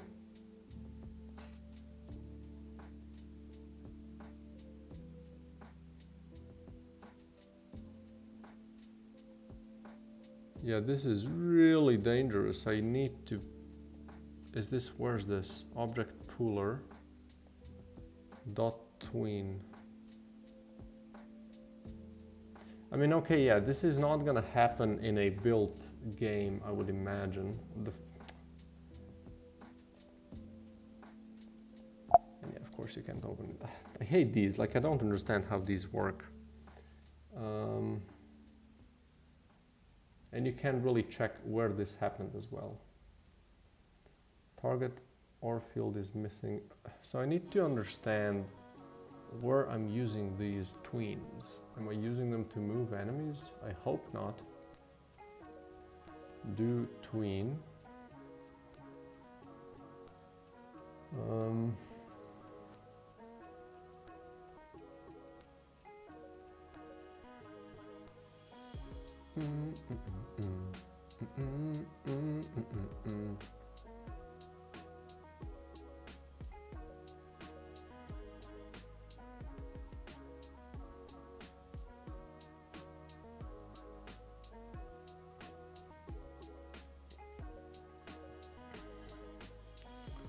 Where am I still trying to access the transform thing?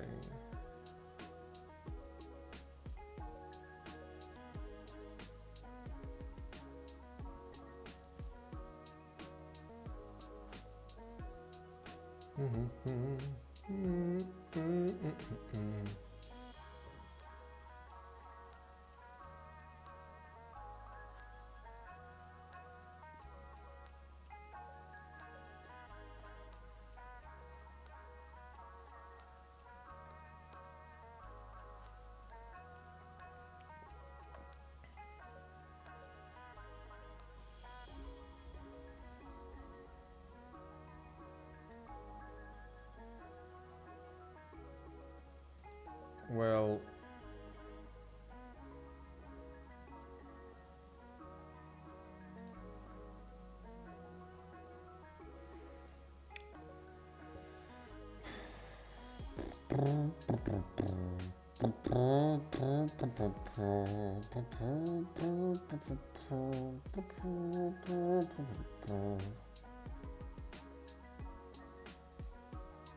where's this getting called? On death.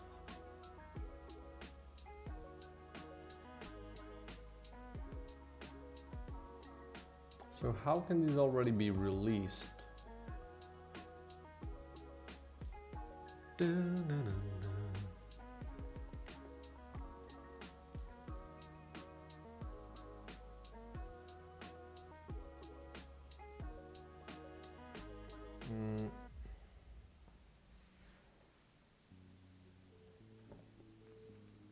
where do these get released then, right?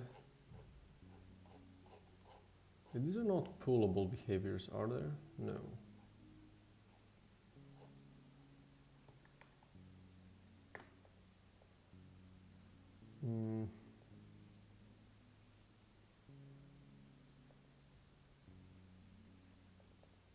Okay, I'm just adding them. So when do they get released? How do they get released if I'm just adding them here? How couldn't it not be found?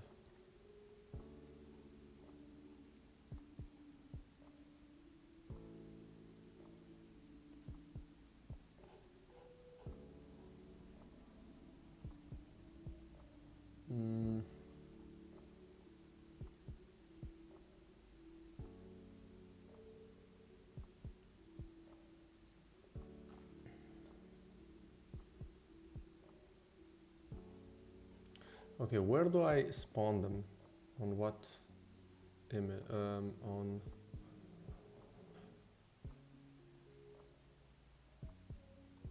transform dot position. On this dot transform, this is the parent, right?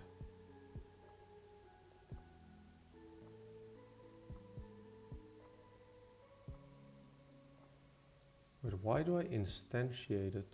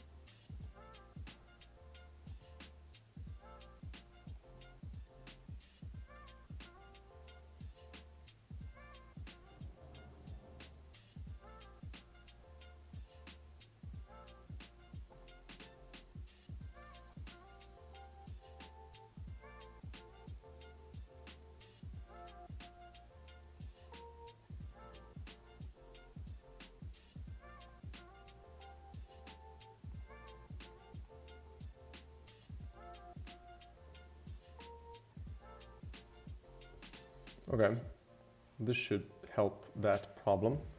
I don't know why why I was instantiating them.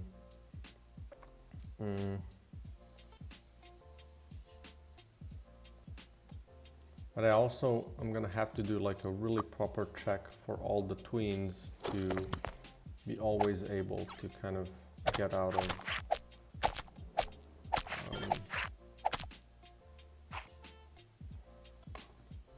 let's see.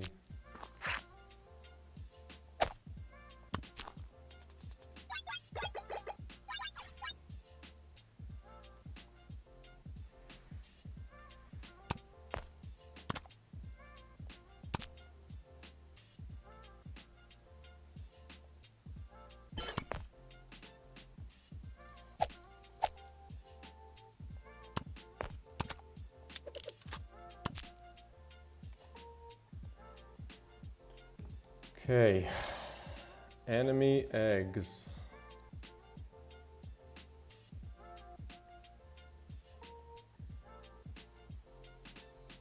Find do.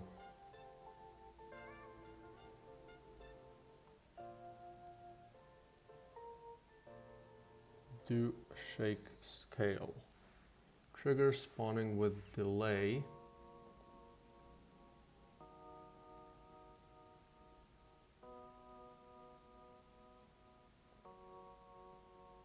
Uh-huh.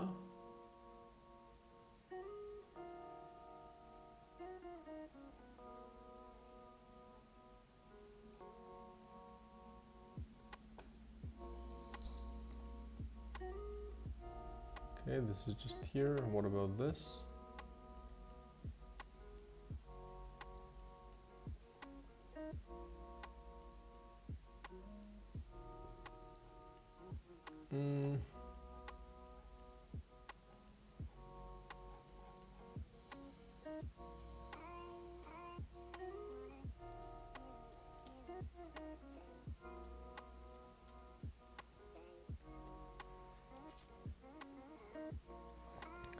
Does it trigger itself? Is that possible?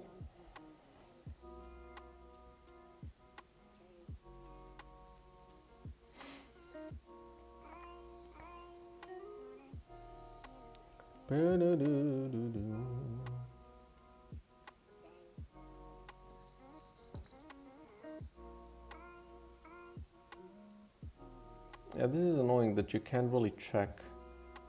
You can't even check what tween, it's just, it fails, right? Which is a shame.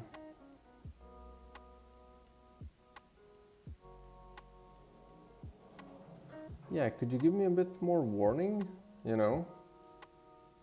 Like, what tween? What was I trying to do? Anything, any information. Like, you... Oh, is there some info here?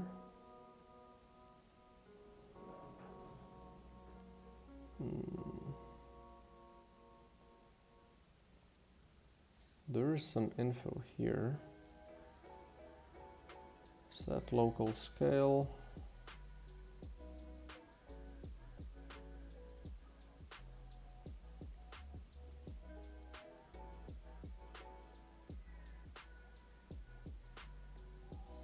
I mean, setting local scale could be this, because this is setting a local scale.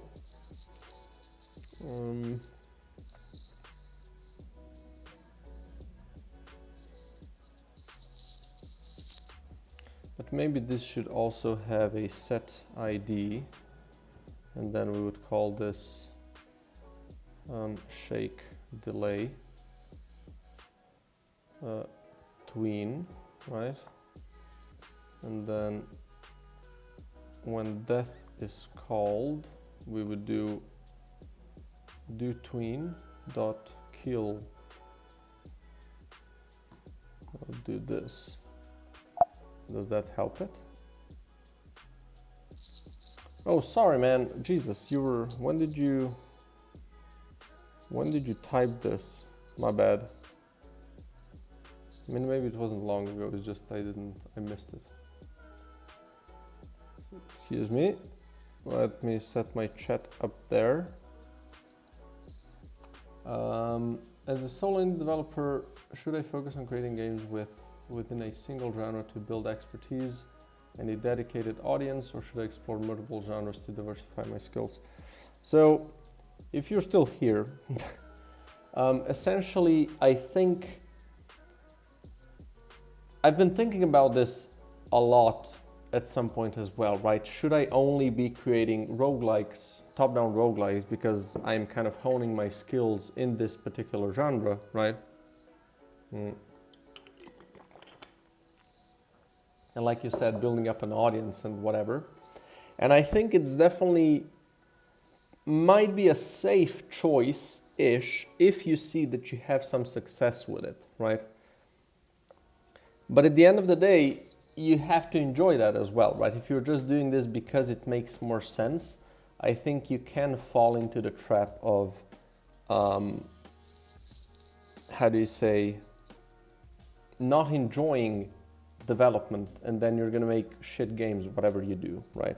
So you have to enjoy whatever you're making, and then, you know, if you enjoy making just a particular genre, then fine, right? That's probably gonna work. Like a lot of developers do just make games from the same genre, right? And I think that's definitely a really safe thing to do, because you can also reuse stuff that you've used for previous games, you can build up on your knowledge from the previous titles that you've published, because it's, you know, somewhat of a similar thing. And I think it's really good to have the ability to kind of, or not, to have the option to, you know, just kind of grow your knowledge base in that particular niche. And the same, as you said, like building up audience and, you know, your following that kind of just likes to play the games that you're making. And if you keep on making games like that, I think, yeah, that's definitely a really smart, interesting approach. But like for me, I'm not gonna go that route. I wanna do different things because I think I'm gonna enjoy different games, right? So, I don't know. I think it does make sense, but I wanna do other stuff as well, right?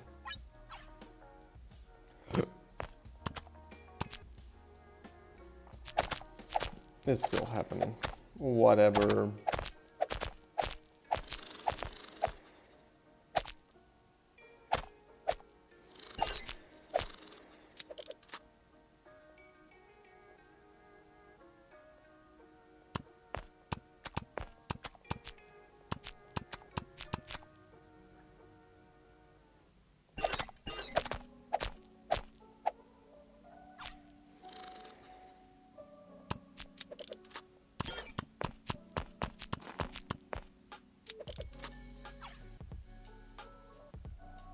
I do like how these maggots look.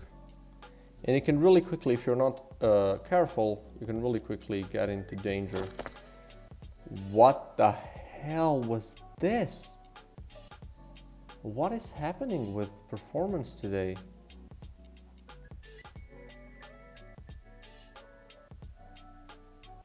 How long was this frame?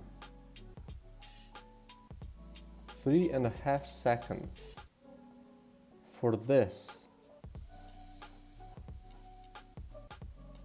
Like, what were we doing here?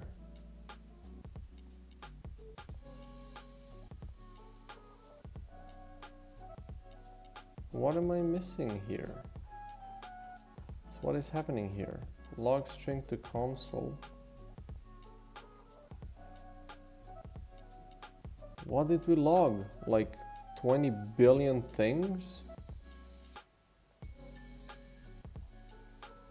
It didn't log much. Why did you need so much time?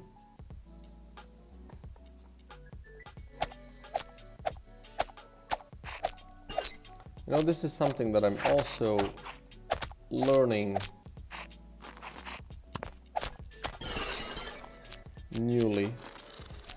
Right, why is this, what happened here?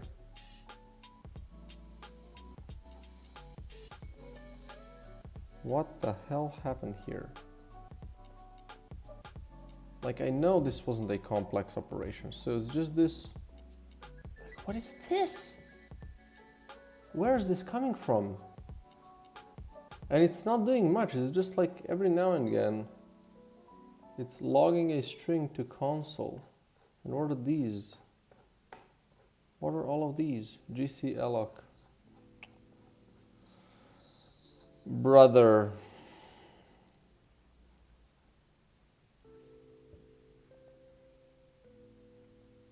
I am confused. And like, why did this start happening all of a sudden? Is the problem with these, you know, bugs?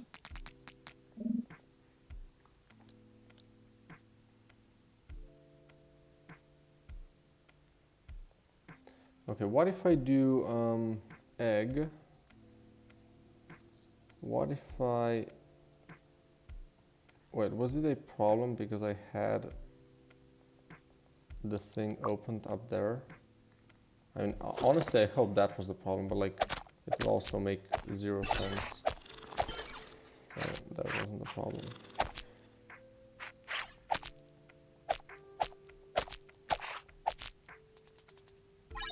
What is going on here?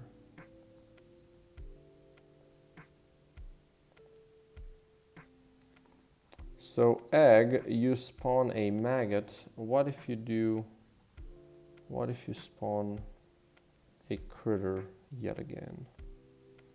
And we're gonna leave it at 2. Maybe that's like part of the problem.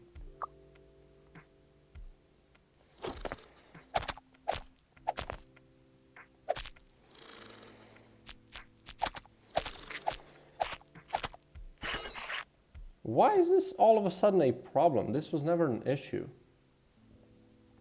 Like, what are you trying to do?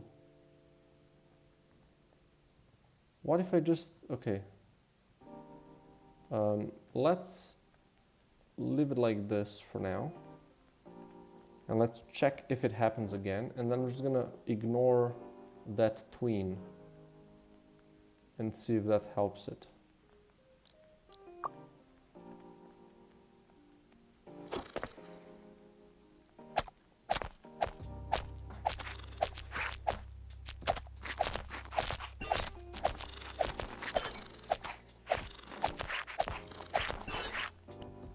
And for some reason it's no longer happening.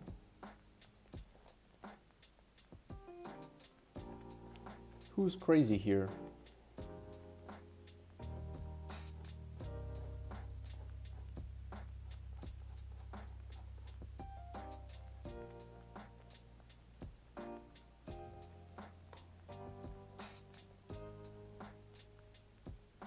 Okay, what if I just ignore this whole thing? Would that be better?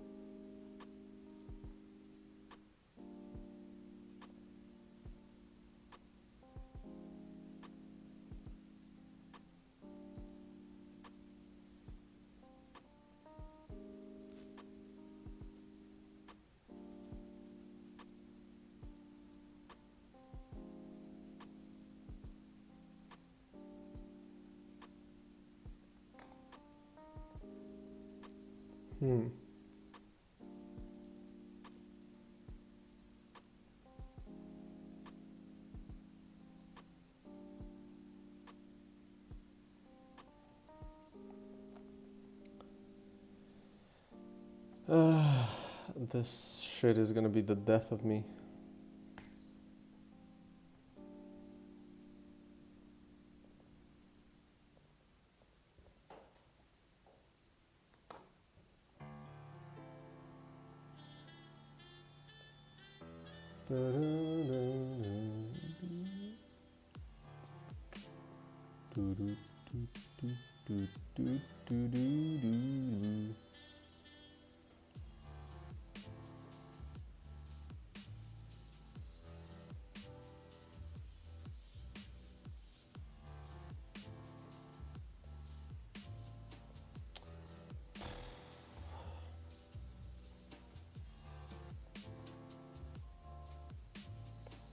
Some of these things just make me want to go back to olden days and just use frickin' coroutines for everything.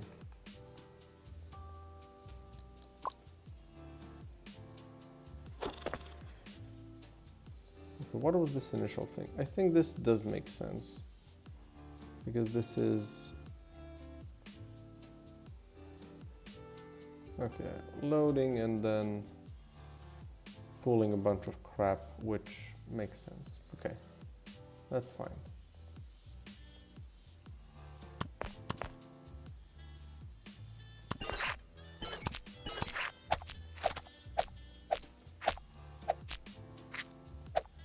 Like, since when?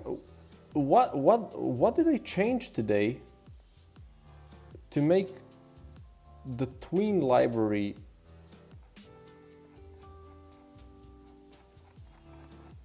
Like, look at this shit. This is taking 2 seconds. For what? It's not taking 2 seconds. It's taking 0.2 of a second, which is still insane. Like, what is this? Can I inspect what this does and why this is happening? Should I restart Unity again? Is this... I don't understand what's happening here. I don't remember changing anything that has anything to do with tweening today. And for some reason, the performance is tanking all of a sudden.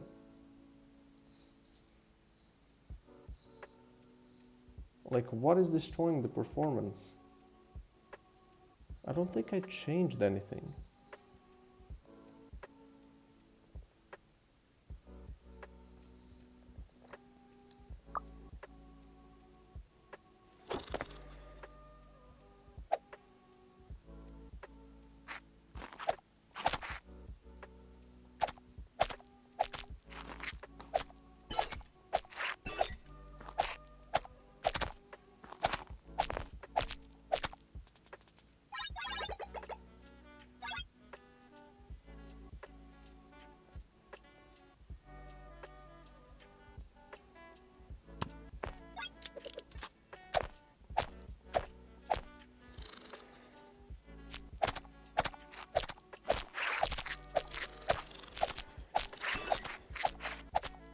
Okay, nothing seems to be wrong yet.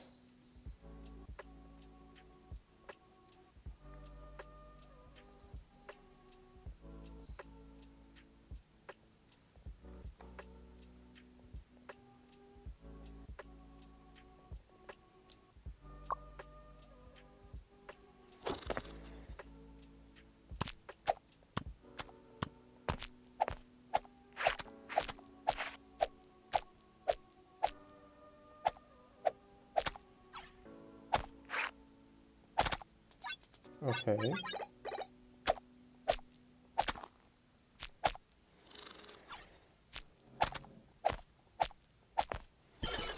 Still fine. Oh.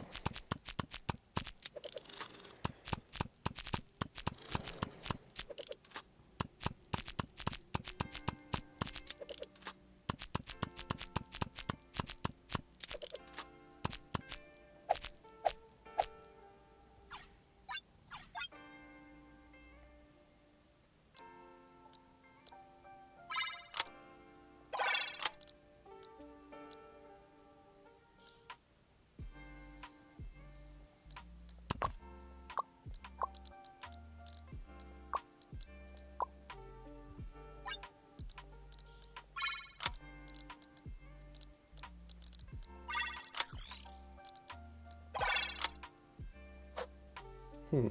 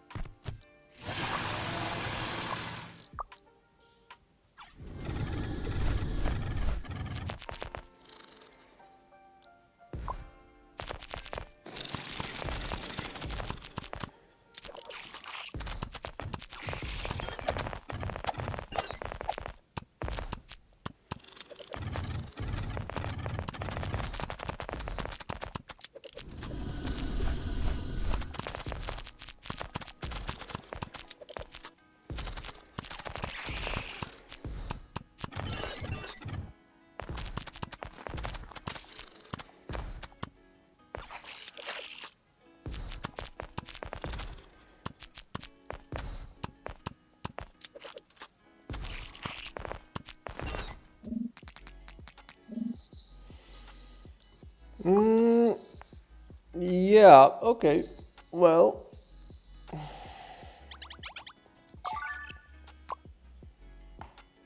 I guess something happened to fix this problem. So the maggots also need to have their own. So what is this? It's a chowder and a critter, I guess, as well. It's a really basic enemy. Unit faction, unit ID. So we're gonna do 11.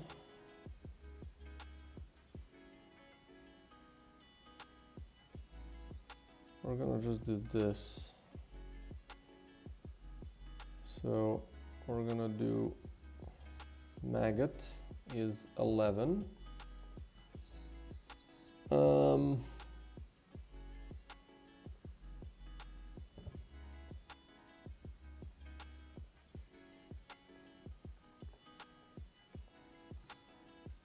And then we're gonna also add him a name.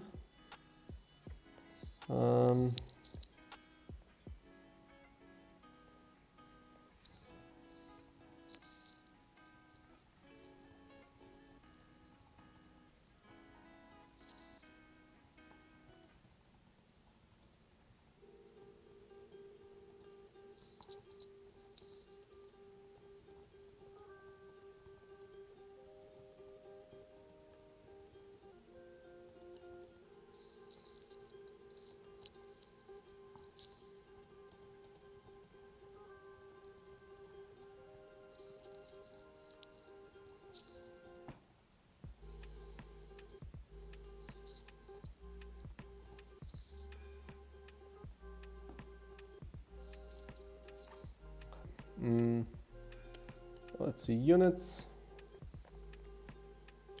And we have, I guess, something like this.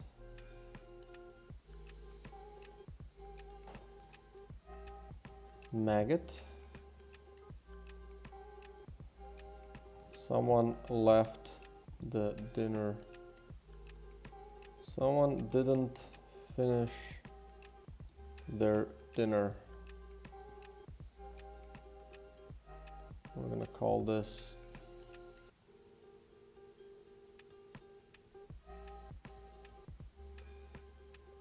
maggot, and here the same maggot, right?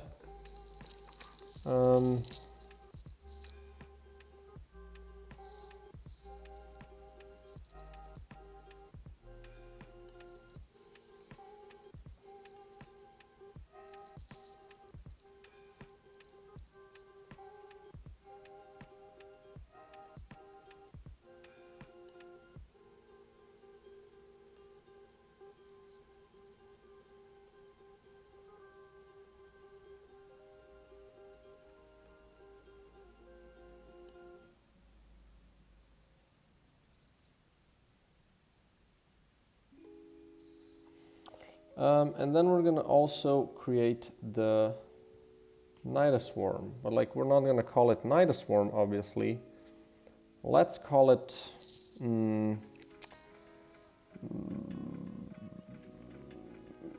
nest crawler. Nest crawler. What's a good name for like this worm? Or like a maw something. Like brood maw. Brood maw. Nest crawler, brood maw.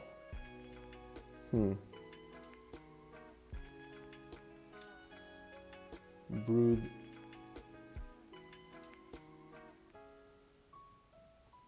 Nest crawler. Let's just go for nest crawler for now.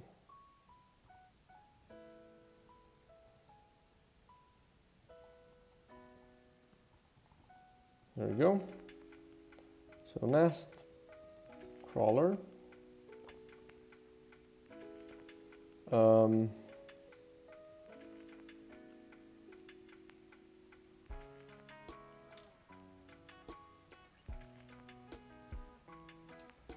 They always bring their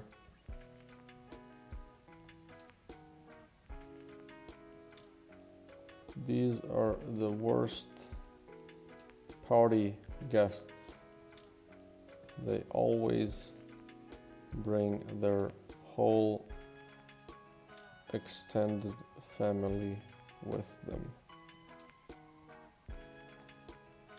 Okay. So these are the two enemies that I'm going to be making.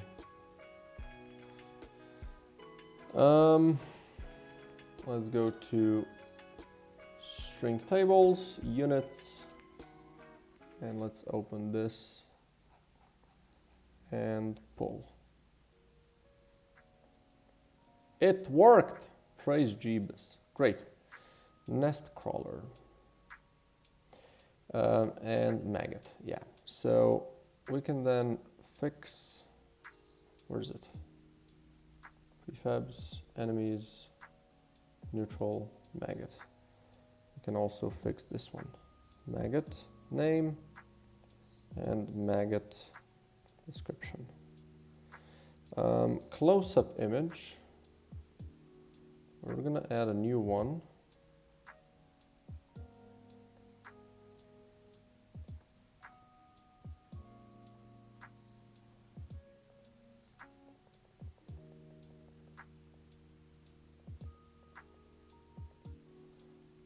Let's do a big, juicy maggot image.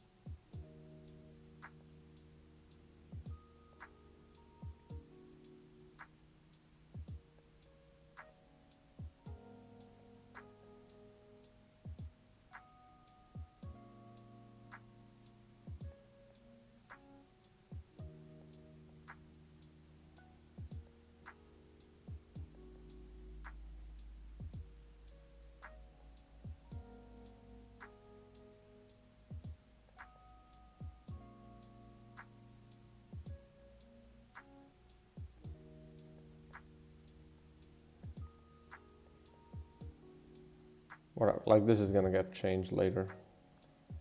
I just wanted to do a small little joke and just give him a nice little smile, you know.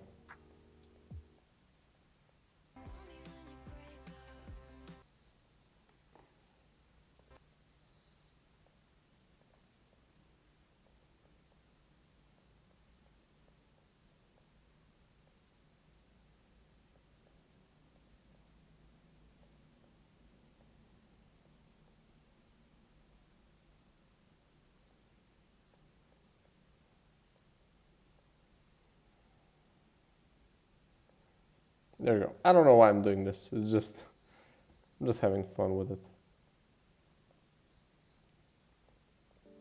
Okay.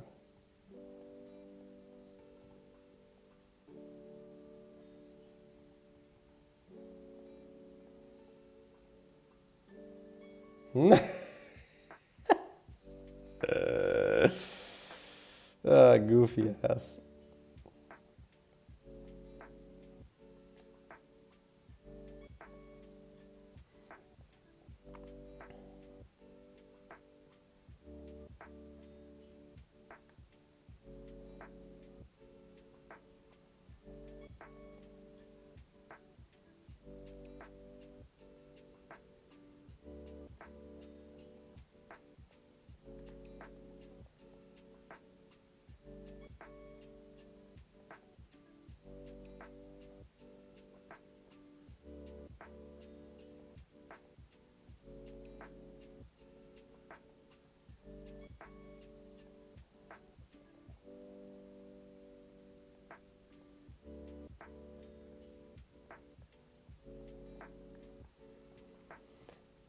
Okay, enough goofiness.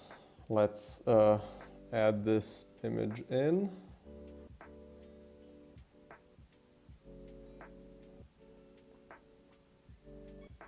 There we go.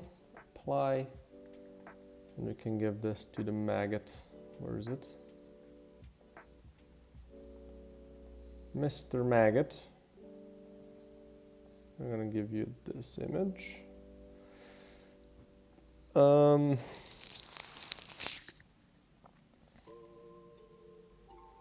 And then also death.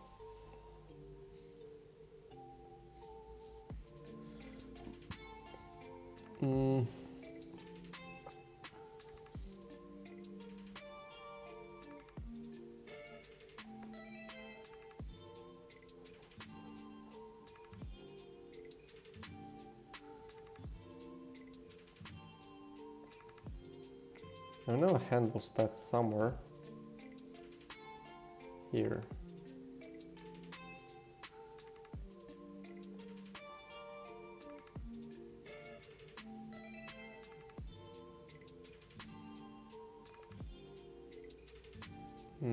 Unit ID. Right, we don't need to add it yet, but we're gonna at some point add all of them.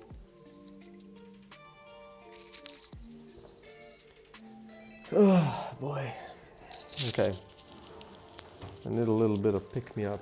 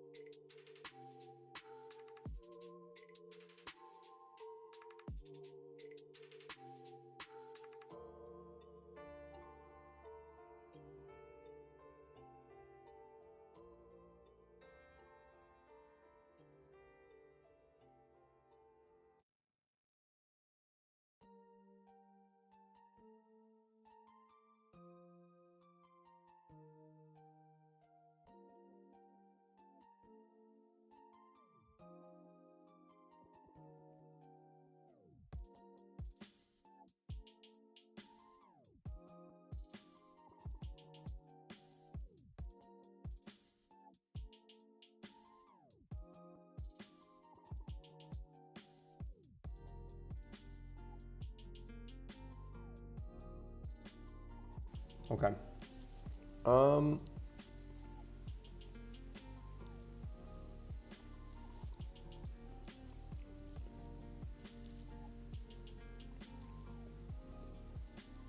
Let's see.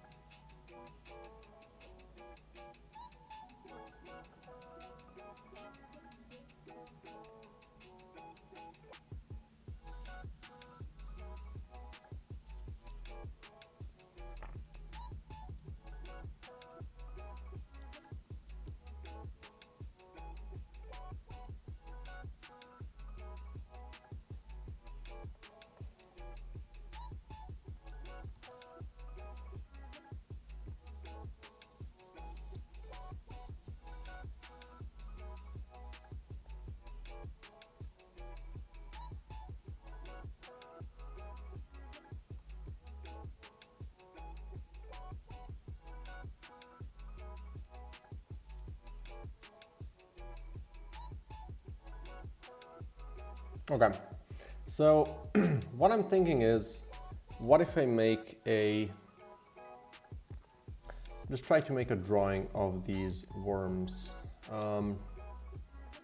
They should be quite big, right?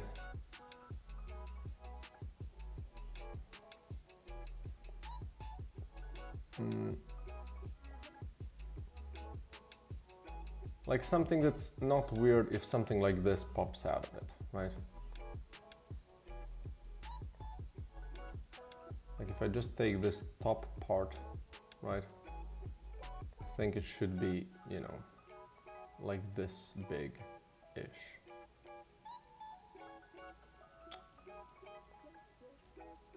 Brother.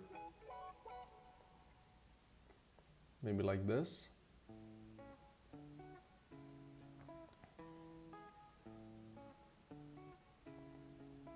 Something that's easy to hit as well, right? Now, how would this behemoth look like? Well, I'm thinking about... Let's delete this crap first. Or let's delete the outline and then let's delete the spikes and just kind of work with the outline first. So let's just color this in. So we have like a rough shape, right?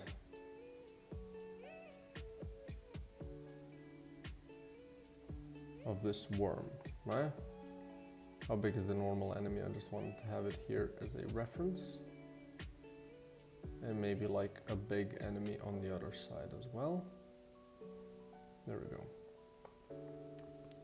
So I think when it gets out is not gonna be super out of like the ground, maybe like this, maybe a bit more. And then let's start with, I guess there would be some sort of a mouth, right?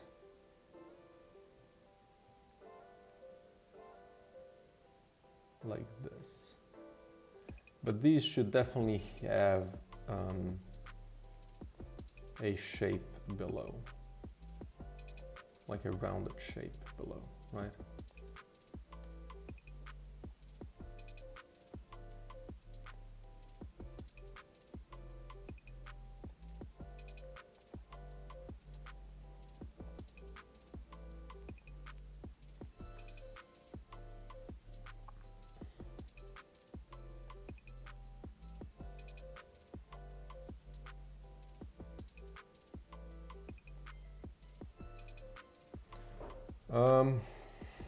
And then I guess the mouth would be positioned somewhat low.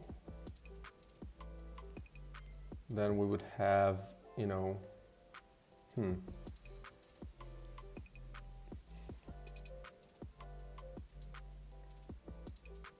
don't know exactly how to go about drawing the mouth part. Maybe I need to delete this and then just kind of go with general shapes of some sort of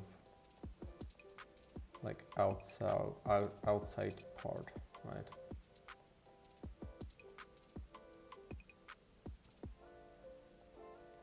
Have it like this and then another one here, right? But then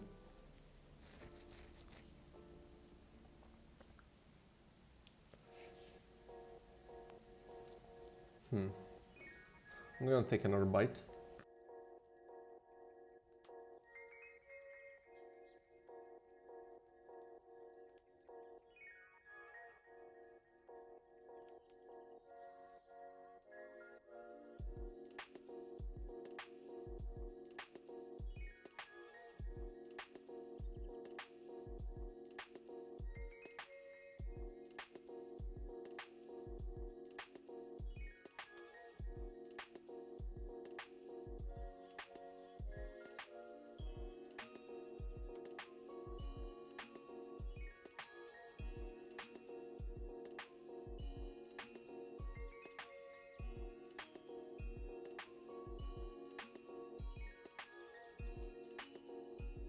Mm.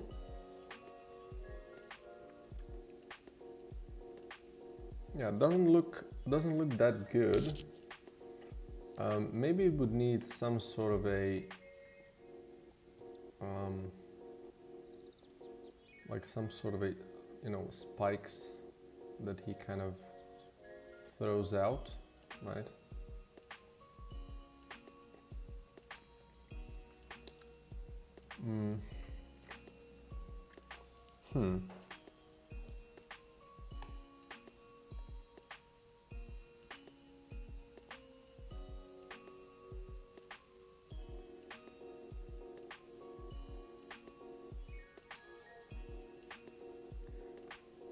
I guess it could be, oops, it could be made in a sense where, like if this is the worm, when it comes out, right?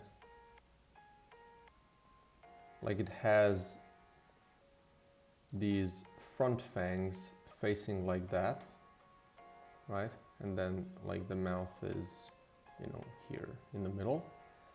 And then these would kind of be here below and they would be pointed backwards, right? And then when it pushes out, it kind of sits back down on these, right? So these would be like the anchors, you know?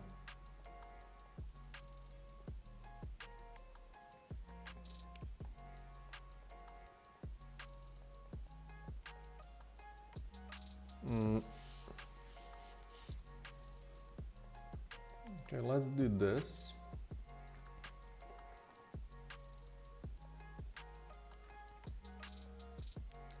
Let's even do this.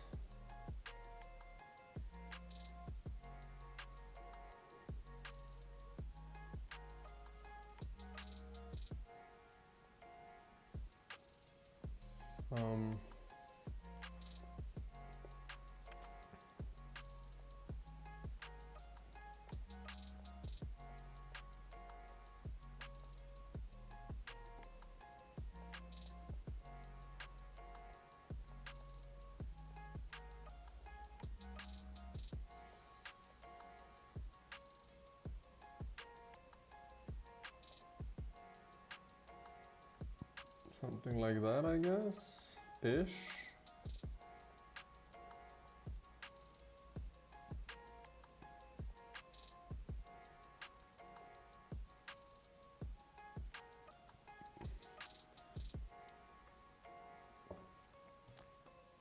This part could, I guess, then be just a touch higher.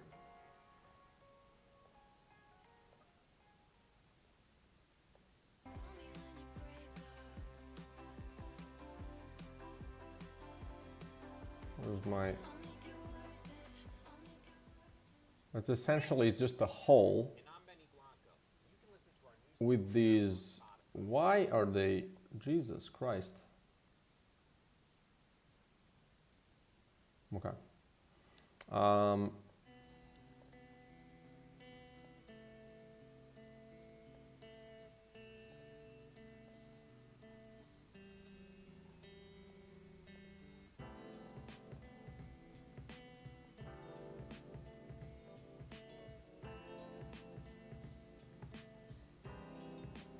Just kind of trying to get a feel for the whole shape, right?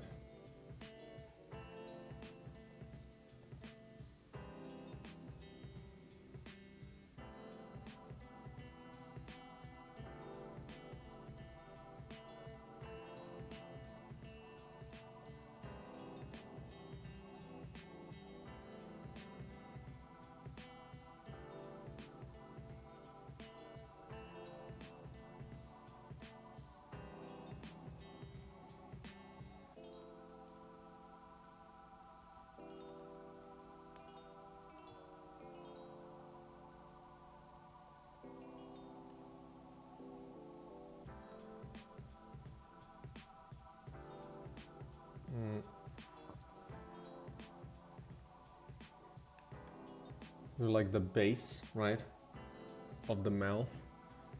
And I guess that's how wide it would also be, right? So if, let's say, we would make this go out, this would then essentially be like that, right? This would be the worm when it comes out. Yeah, there's always going to be some shape here, right? And then these would kind of be pointed downwards, right? These are like small little hooks, right, that are positioned towards the back, and then when it gets out, it's like a fish hook, right? It kind of sinks in position, right?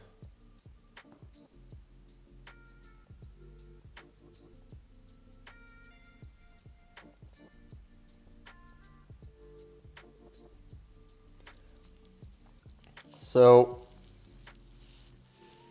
looking at this, they could definitely be a bit more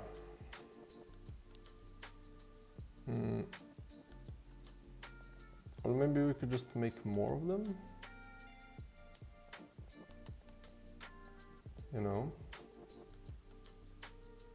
just make a couple of more here and there, and then when it kind of settles, it's, you know, it has these small little things here, and maybe these could kind of be extended out a bit more, so they could be a bit longer, but also they could maybe have like a meatier part before they really kind of start, right?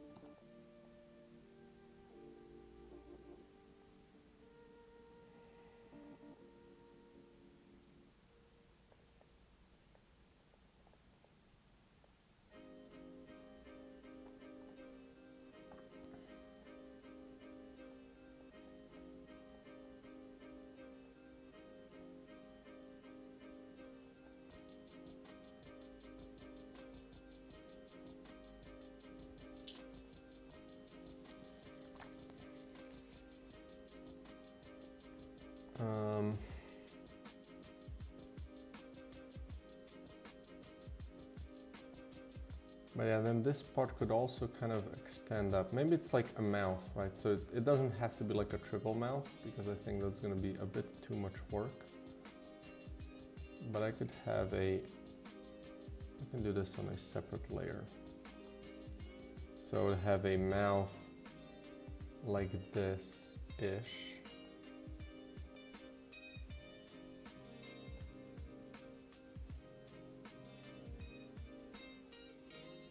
Should really put this in a different color.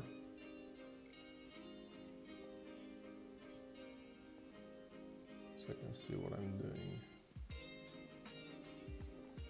Alright, so a mouth like that.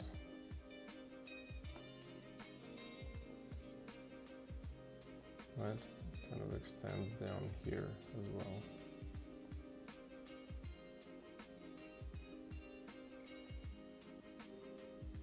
Right.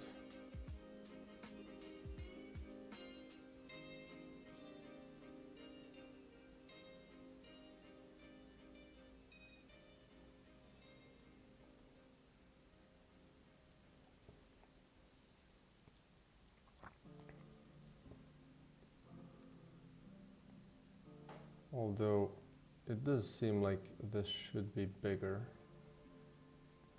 right?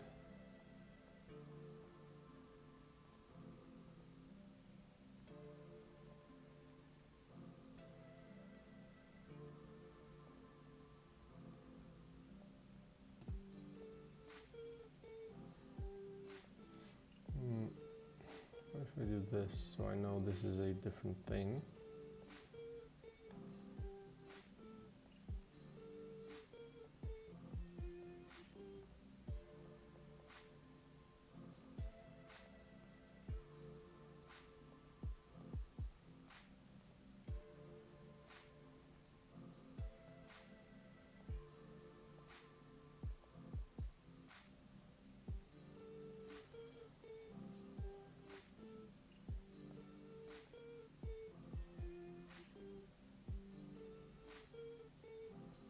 Something like that, and then we can like place some teeth on here, right?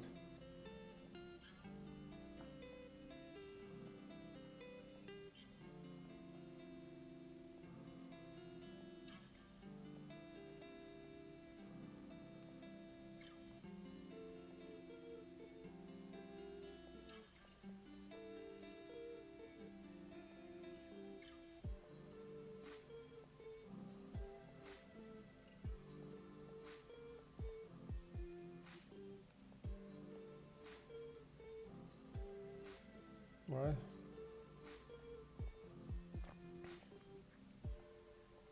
And there, here in the back, we could also have some teeth, right? Hey, thanks for stopping by, man. I hope you caught my answer to the question that you had. But otherwise, I'm sorry. Didn't catch you when you came in.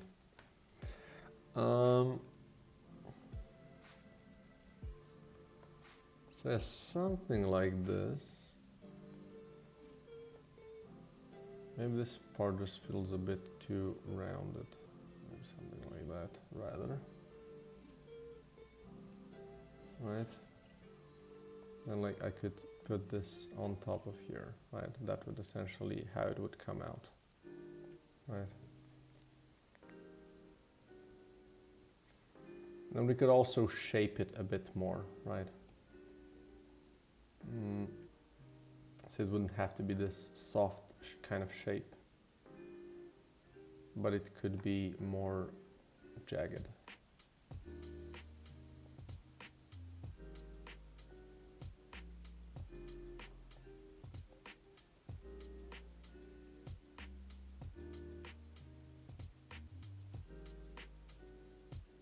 Okay, good.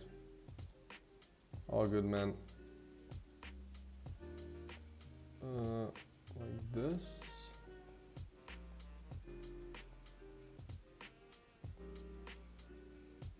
Yeah, no, I'll just remove these for now. But I'll definitely want to shape this in some sort of a, maybe like make it have a bit more of a menacing top, right? So let's, if we start with some colors, we could give it like a sharp kind of top ending.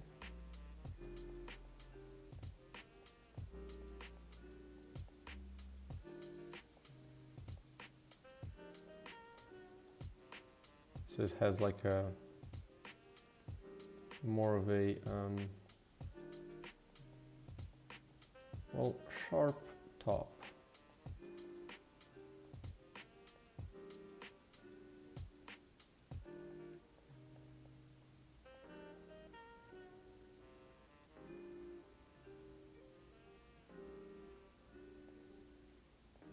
What do you mean with normal maps?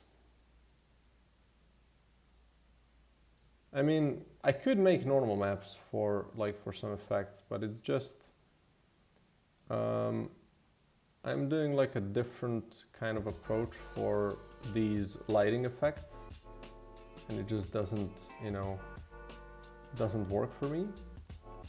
But it definitely could be a thing that would make sense. It's just, you know, not doing it.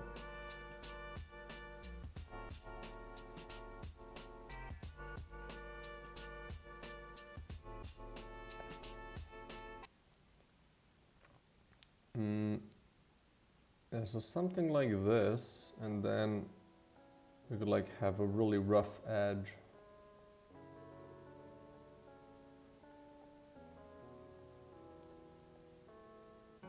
We're definitely in the territory of trusting the process here, let me tell you.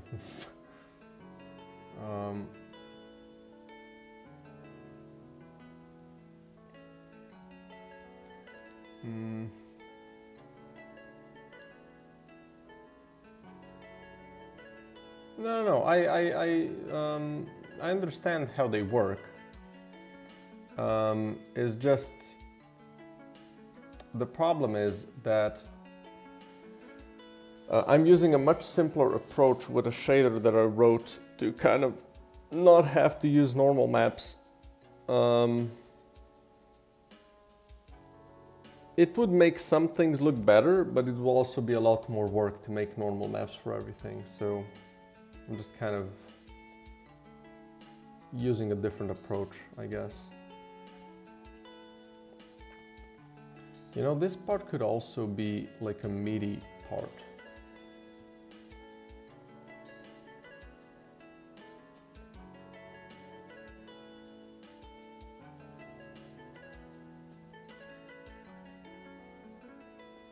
There could be a bit more of it. Although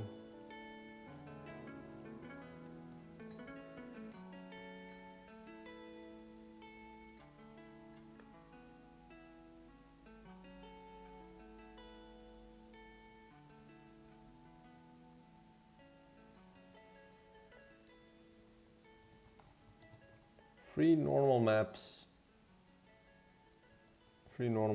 creator. No, yeah, sure. That's perfectly fine. It's just, if I just make it by, you know, this automatic process, then I won't, you know, if I just make this into a normal map, it's gonna do a somewhat of a, how do you say?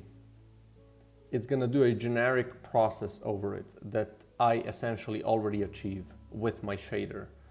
If I would want to do something, you know, basically, I would want the normal map, right, to have like light here and here and here, and then a bit here and here and whatever, right? And that would be just, and then, you know, a darker one on the other side and blah, blah, blah, right? And that would be a lot of work to actually get a better effect than what I'm already getting right now. So that's why I'm kind of, you know, avoiding that. The more that I'm looking at this, what if they're just, oops. Maybe this part could just be like that.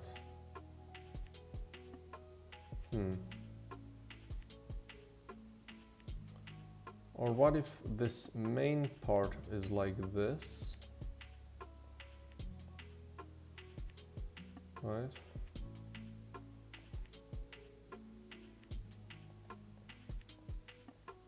I guess more like that.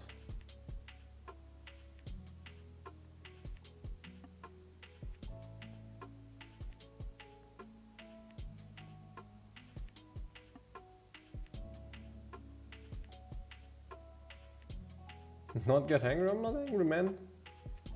What makes you say that?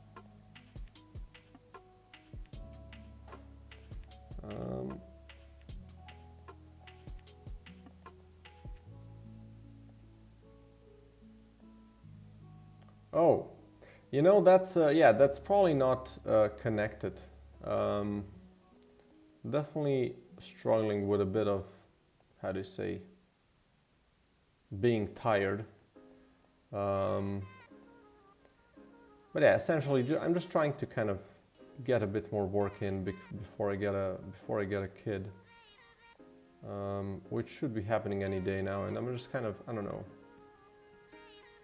Didn't have a good night's sleep because I was kind of having that on my mind for quite a while during the night, and then I don't know, maybe I'm just a bit more tired today because of it.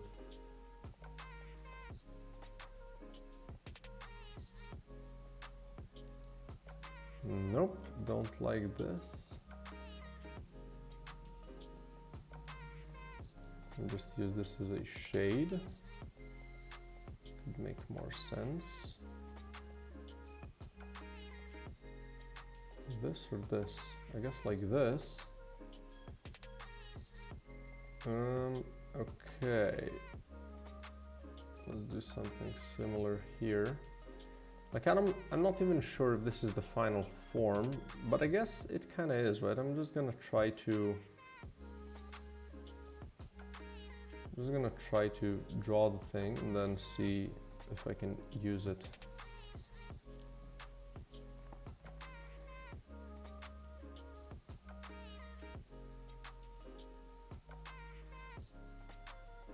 This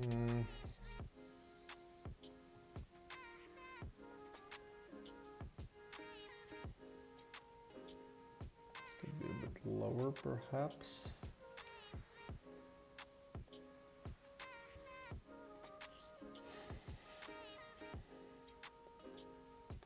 Definitely the look of it is a lot different, which could be problematic. Maybe this just doesn't look good.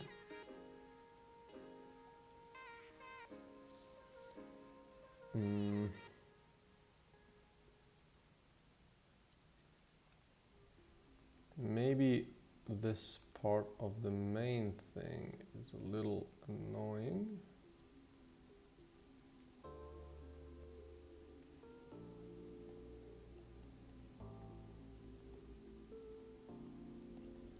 So maybe I should just kind of do a similar thing here. Maybe it doesn't have to go so much up.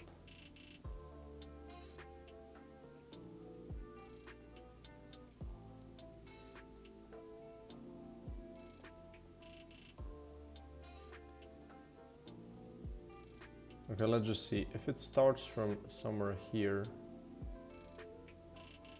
right? Like exactly the opposite of here. It would also go a bit more down, so more so like this. Let's just clear this a little bit. So it would protrude out and then I think go kind of down.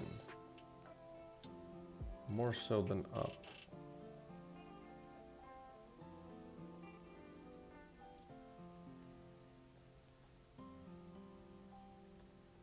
And that looks horrendous.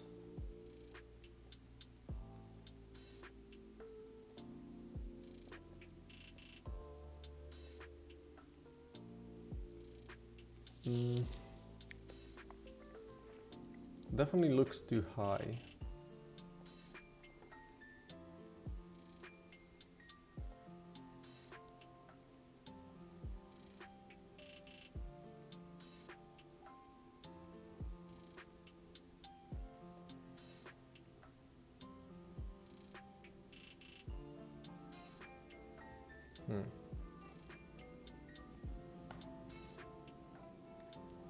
Maybe I should have split this in more layers. So let's do a behind layer. And maybe we're gonna copy this. Oops, that ain't gonna help. I'm gonna delete this.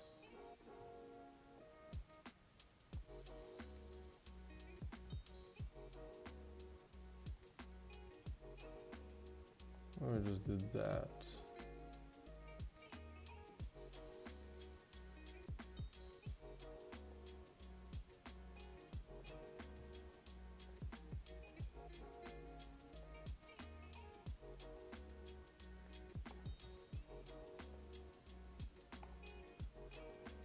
I guess I need to also make this part like that.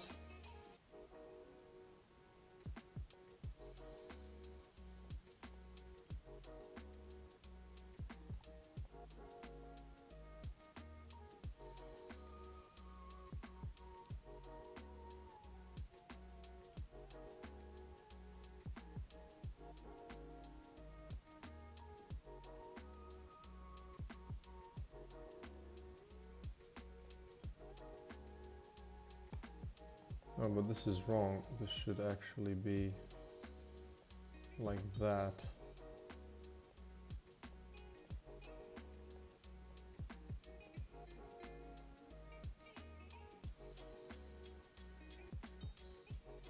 Just maybe a bit more to the front.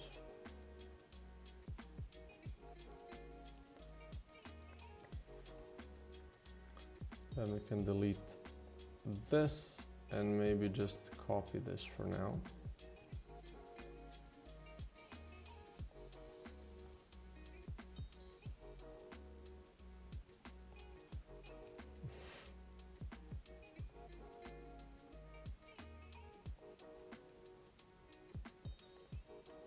What did I do here?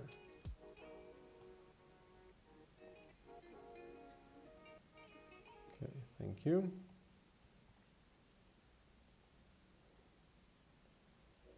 And then do this, right, on the other side as well.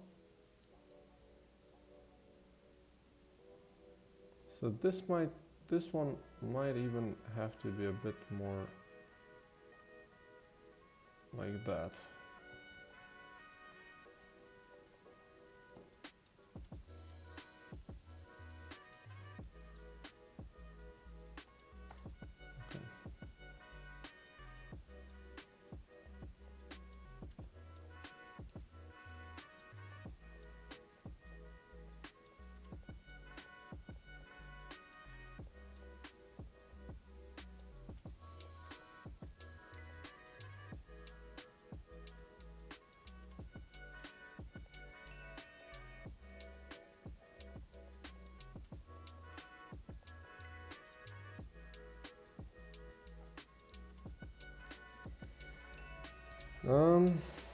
Yeah, I don't think this just works at all.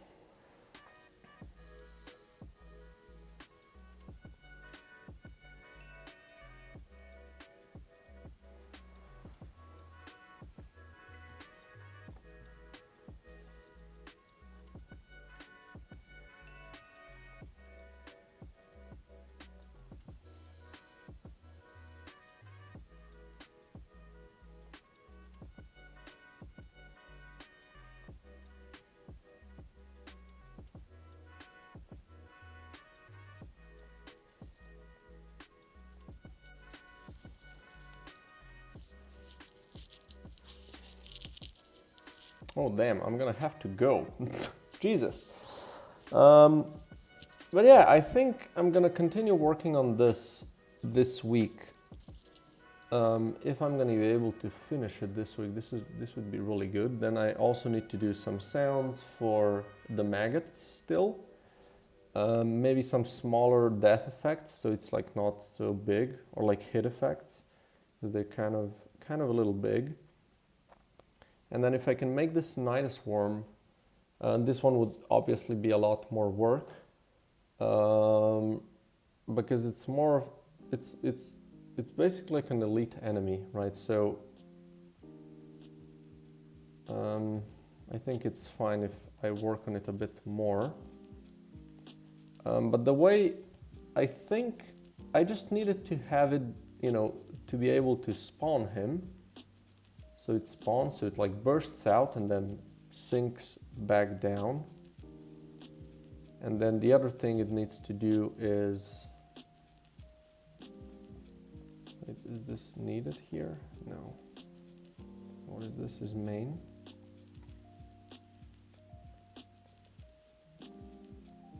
The other thing it needs to do is to just kind of stay out after. So I need to do the base sprite, then the burst out animation, which is obviously going to be the hard one, and then also the killed sprite, I guess, and I can just kind of have it be a bit bloody. But I guess that's all it needs to do, and maybe some sort of a spawn animation, so maybe just like it opens its mouth a bit. So yeah, I'll be working on this,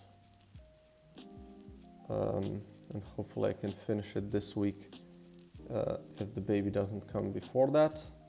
And that's gonna be pretty good, because I'm kind of considering using about 3 days for each enemy. And then if I do some other things as well, so I do the maggot, I do this, and then some other small stuff that's, I think, pretty good according to my plan. So yeah, anyway, a bit of a disjointed stream today, and I was silent for a lot of the time. It's just a little tired. I think I might actually skip the tomorrow stream, or just skip it until the baby comes, because I see that I'm a little too stressed, too distracted, and I think it's just gonna be easier for me to just kind of focus on work. And yeah, that's about it. And then I'm gonna come back as soon as I, get more time, probably in a month-ish, because I want to be with the baby for a couple of weeks when it comes out, and then, start working slowly. One last change. There we go. Now it's perfect. Okay, anyway, thanks everybody for joining in anyway, or for watching later. Really appreciate you. And yeah, I hope you have good luck with your stuff, right? Jesus, never know how to say goodbye, as always. But yeah, thank you, appreciate you, and cheers.